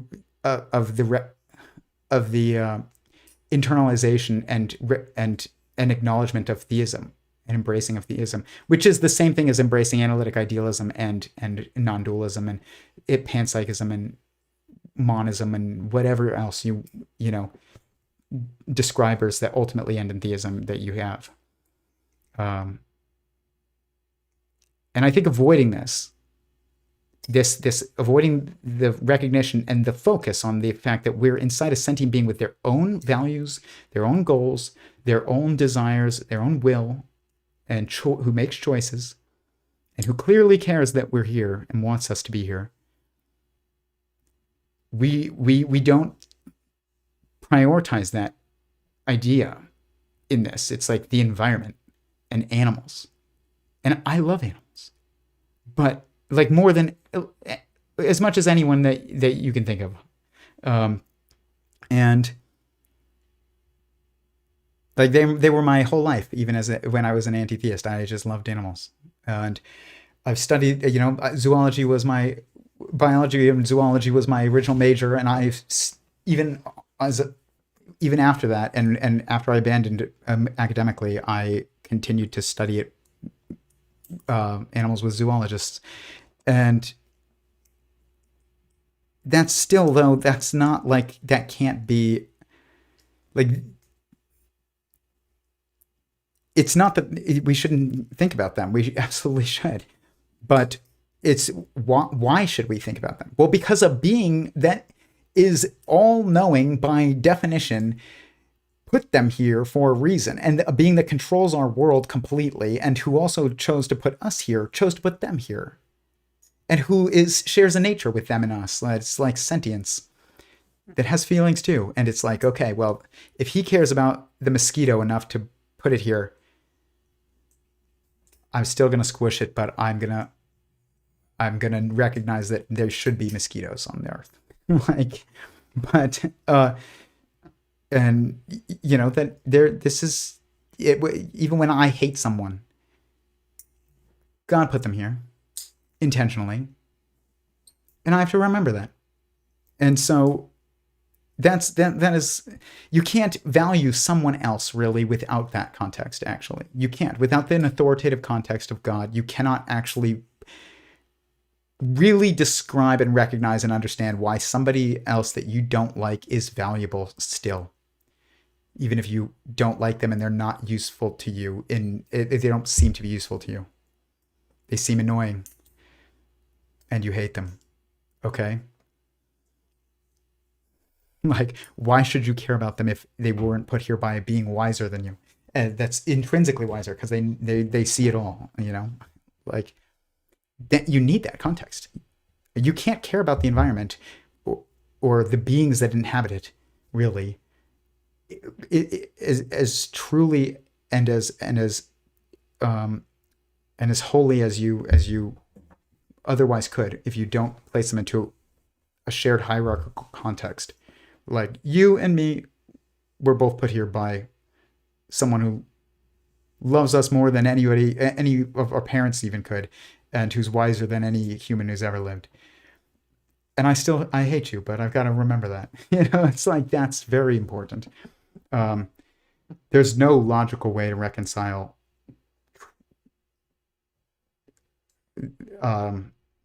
treating others as you would want to be treated without that context. If without that context, you just should treat people how you want to treat them. Is it cruel? Sure, but is it wrong? No. Like, it's wrong if because God decided that person should be here too, and he cares about them enough to make them. Like, that's why it's wrong. It's not wrong because, I don't know, like, they seem to suffer when I'm mean to them. So, like, why does that matter to you? Or why should it? Absent the context of a higher being, the intentions of a higher being. It doesn't. That is the ultimate, like, thing that I think we need to recognize. And it's just theism. Like I said to Kurt when he asked me, what is sentient singularity theory? Is it non-dualist theory? Is it idealism? Is it panpsychist? And I was like, I don't know, man. I think it's the best way to describe it is just theism. It's all of those things too, but, like, that's not getting to the most important point. It's not a religion, sentient singularity theory. It's just it's a model of metaphysics, but it's not a religion. And it's like it's a way of understanding how the mechanics of that context, but it's not.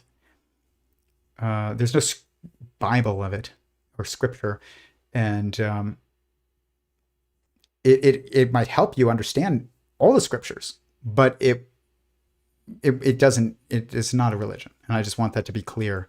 That just theism and a theological tradition or a scriptural tradition are two different things. They are related, but they're not necessarily the same.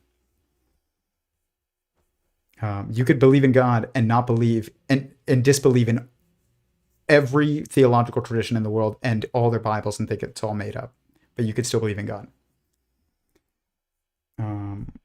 Okay. The implications of this is theism. And morals. That's really what it comes to. That's like the most critical implication, I think.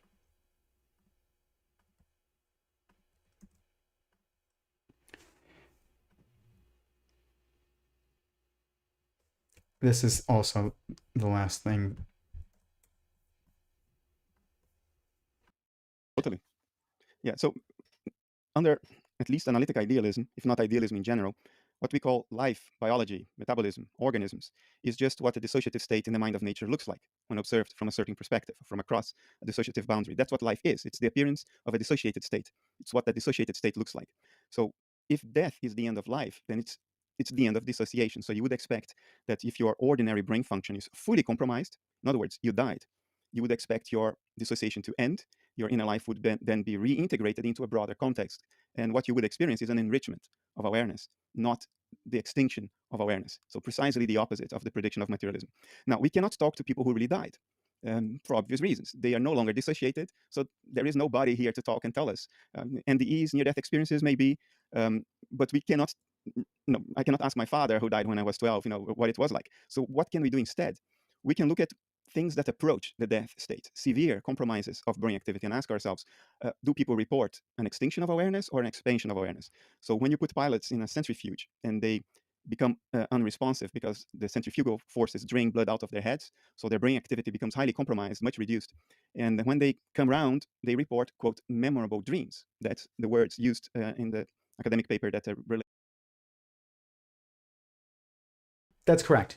It's just inevitable. Like you don't disappear after you die. Like you persist and you increase in your fundamental awareness, which means in your ability to feel and your ability to perceive, like the feel the effects of certain circumstances and actions. Like you probably feel every negative feeling that was caused by every negative action that you ever took throughout your life, and like of this led to this, led to this, led to this, led to this, which made this person feel that, and it's like you feel it all probably after you die, and you also feel the positive effect of every good thing that you did that you didn't even know. You gave somebody $20 who needed it, and they went and felt grateful, and so they went and helped somebody else later that day who needed it, and and it's just like, it's, what is it, the pay it forward effect? It's like the butterfly effect, but positive, which that's a terrible movie, The Butterfly Effect. It's like all negative and awful, but except I think it ends with, like, every time he tries to get what he wants, he just destroys his life and the lives of people around him. But eventually when he just like decides to sacrifice himself for the sake of everybody else's good, it ends up like making a beautiful world. It's still a very depressing movie, but it like traumatized me as a kid. But pay it forward effect, like you probably feel the feelings that caused for everybody who it positively impacted. Every action in your life, you increase in your awareness and your feeling. In Judaism, in sex, you are supposed to, the ideal for sex is like, lights should be off, you should be completely naked, not wearing like sexy clothes and not with the lights on, and you shouldn't even be speaking to each other. You should just be with each other. Like, and it's not that there's anything wrong with, finding your partner's body physically attractive and wanting to look at it. It's nothing, there's then something wrong about like saying things that are nice to that your partner likes to hear while you're having sex with them, or that your spouse likes to hear when you're having sex with them. All of this is only okay for spouses. And it's only good for spouses. But the thing is that all these things, they seem like they enhance the experience, but they actually don't. They are veils.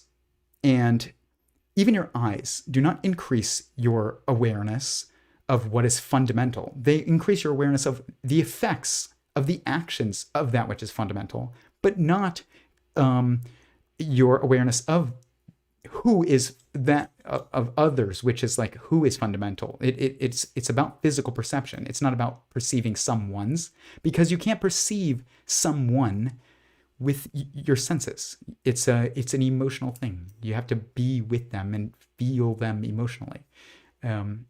And like, it's not something you can perceive with your eyes or speak or hear with your ears. And so imagine all those veils getting ripped away.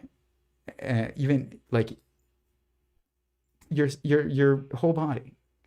Now you can feel others, and you feel yourself so much more, because you don't have these veils that are useful in navigating like the causative effects and ripples of the actions of sentient beings around us and others, but we actually perceive the causes of those effects.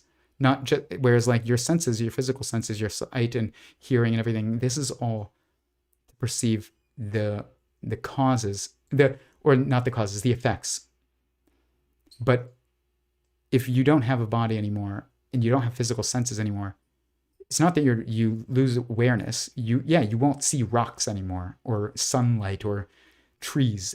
You'll feel like beings way more, because now your context is not physical, and your perception is no longer physical. You don't have these veils up that are useful, but also blinding. Like it's amazing. But with that, I want to say I always disagree with everybody on some things, and I always agree with everyone on some things. That's not a very, I guess, smooth way of saying it. I agree with everyone. I don't agree with anyone on everything, but I agree with everyone on something. And I do really appreciate Simon having Rupert and Bernardo up. And as much as like I, have my critiques, like I think that I view these people as allies of, and in this endeavor, and I value their work, and I think that they're way more correct than your local physics professor. So I appreciate them putting this out, and their link to their full chat is below. I appreciate everybody watching. Please hit the like button, and let me go to the chat, and then we'll call it. Being might be doing all the way down. Doings all the way down. We are voices inside God, then. We are someone that was created by God inside of him. He's someone, he partitioned his will. Like what a being really is fundamentally what they are is will. It's just this, it's this never, it's this constantly dynamic, your constant dynamicness. Your dynamicness is will, is what we call will. It's desire to do something, everything, anything. And so it's what motivates everything about us, our information, our perception, our actions. And so what God is really partitioning when he is creating others within him is he's basically like, his will is a giant string that's just in a circle, and he's tying little circles, little knots inside of him that is this basically like this giant knot of will. And that's what it is. You're just a little piece of will.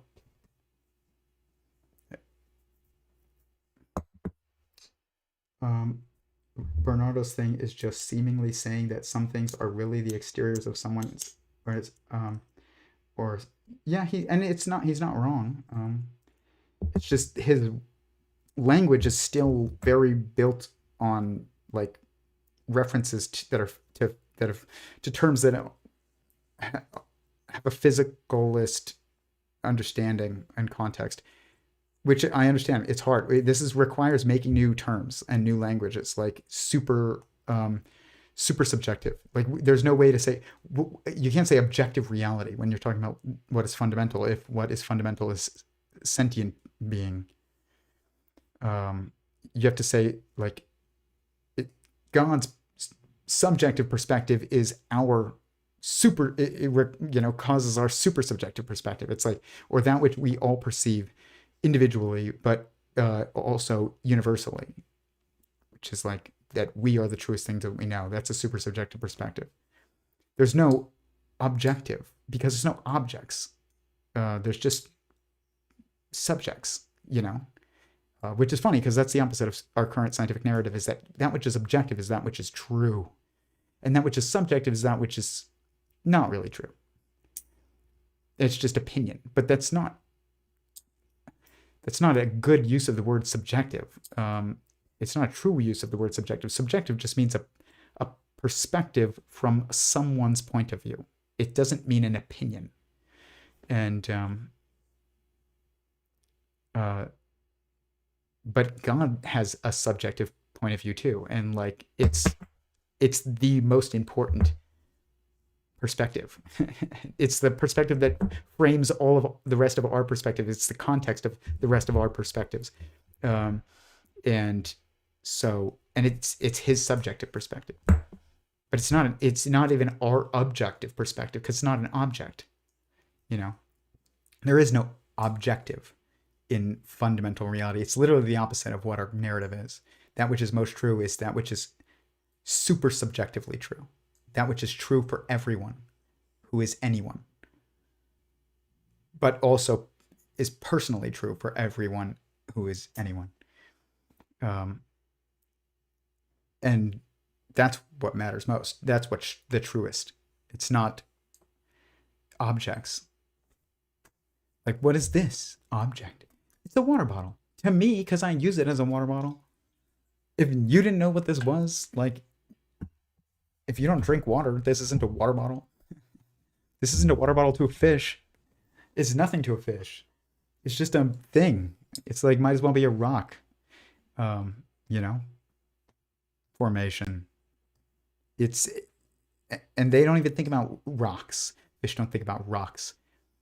You know, they have like, that's my home, is that hole in the ground or in that rock, but like they don't think rock. It's like that rock has hole, and they're thinking about the hole. So about what they can do with it. They don't have complex language, so why would you? Your understanding is based solely on your use case. It's not based on like you having the term rock. My daughter just learned the term rock, and she's obsessed with rocks now. And in Baby Otter, that book, the otter uses a rock to crack the shell of a to eat. It's like she, Baby Otter, she uses a rock to crack the shell, and I'm always like, crack the shell, Juliana, and she like hits the book, and then now she learned rock though. So instead of just hitting the shell, like I taught her, when she was really, really young, under a year old, she started doing that. Now she points to the rock and she goes, rock. And I'm like, yep, that's a rock. And she's like, rock. And then she hits this, then she hits the shell. And she had no concept of like, what is a rock? It's just like, we hit the shell, like, or, whatever I'm calling the shell. But now she has a word for rock. And so now that's a rock. And it doesn't matter what I'm doing with it. It's just a rock. And if you don't have complex language, you don't have that. So you don't have water bottle. Water bottle is a subjective perspective. And so is rock. Imagine growing up thinking God is this life. I believe that before I was taught otherwise. God is this life. I don't know what they mean by that. Are you saying that imagine growing up? I mean, I can't imagine growing up believing in God, actually. Like, I didn't believe in God when I was growing up. I didn't believe in God until, like, I don't know, 6 or 7 years ago. So maybe 7 years ago at this point. 2015, probably 2015, 2016. I had my theophany. But before that, I was an anti-theist. So I don't know what it's like to grow up believing in God. I hope my daughter knows what it's like to grow up believing in God. But I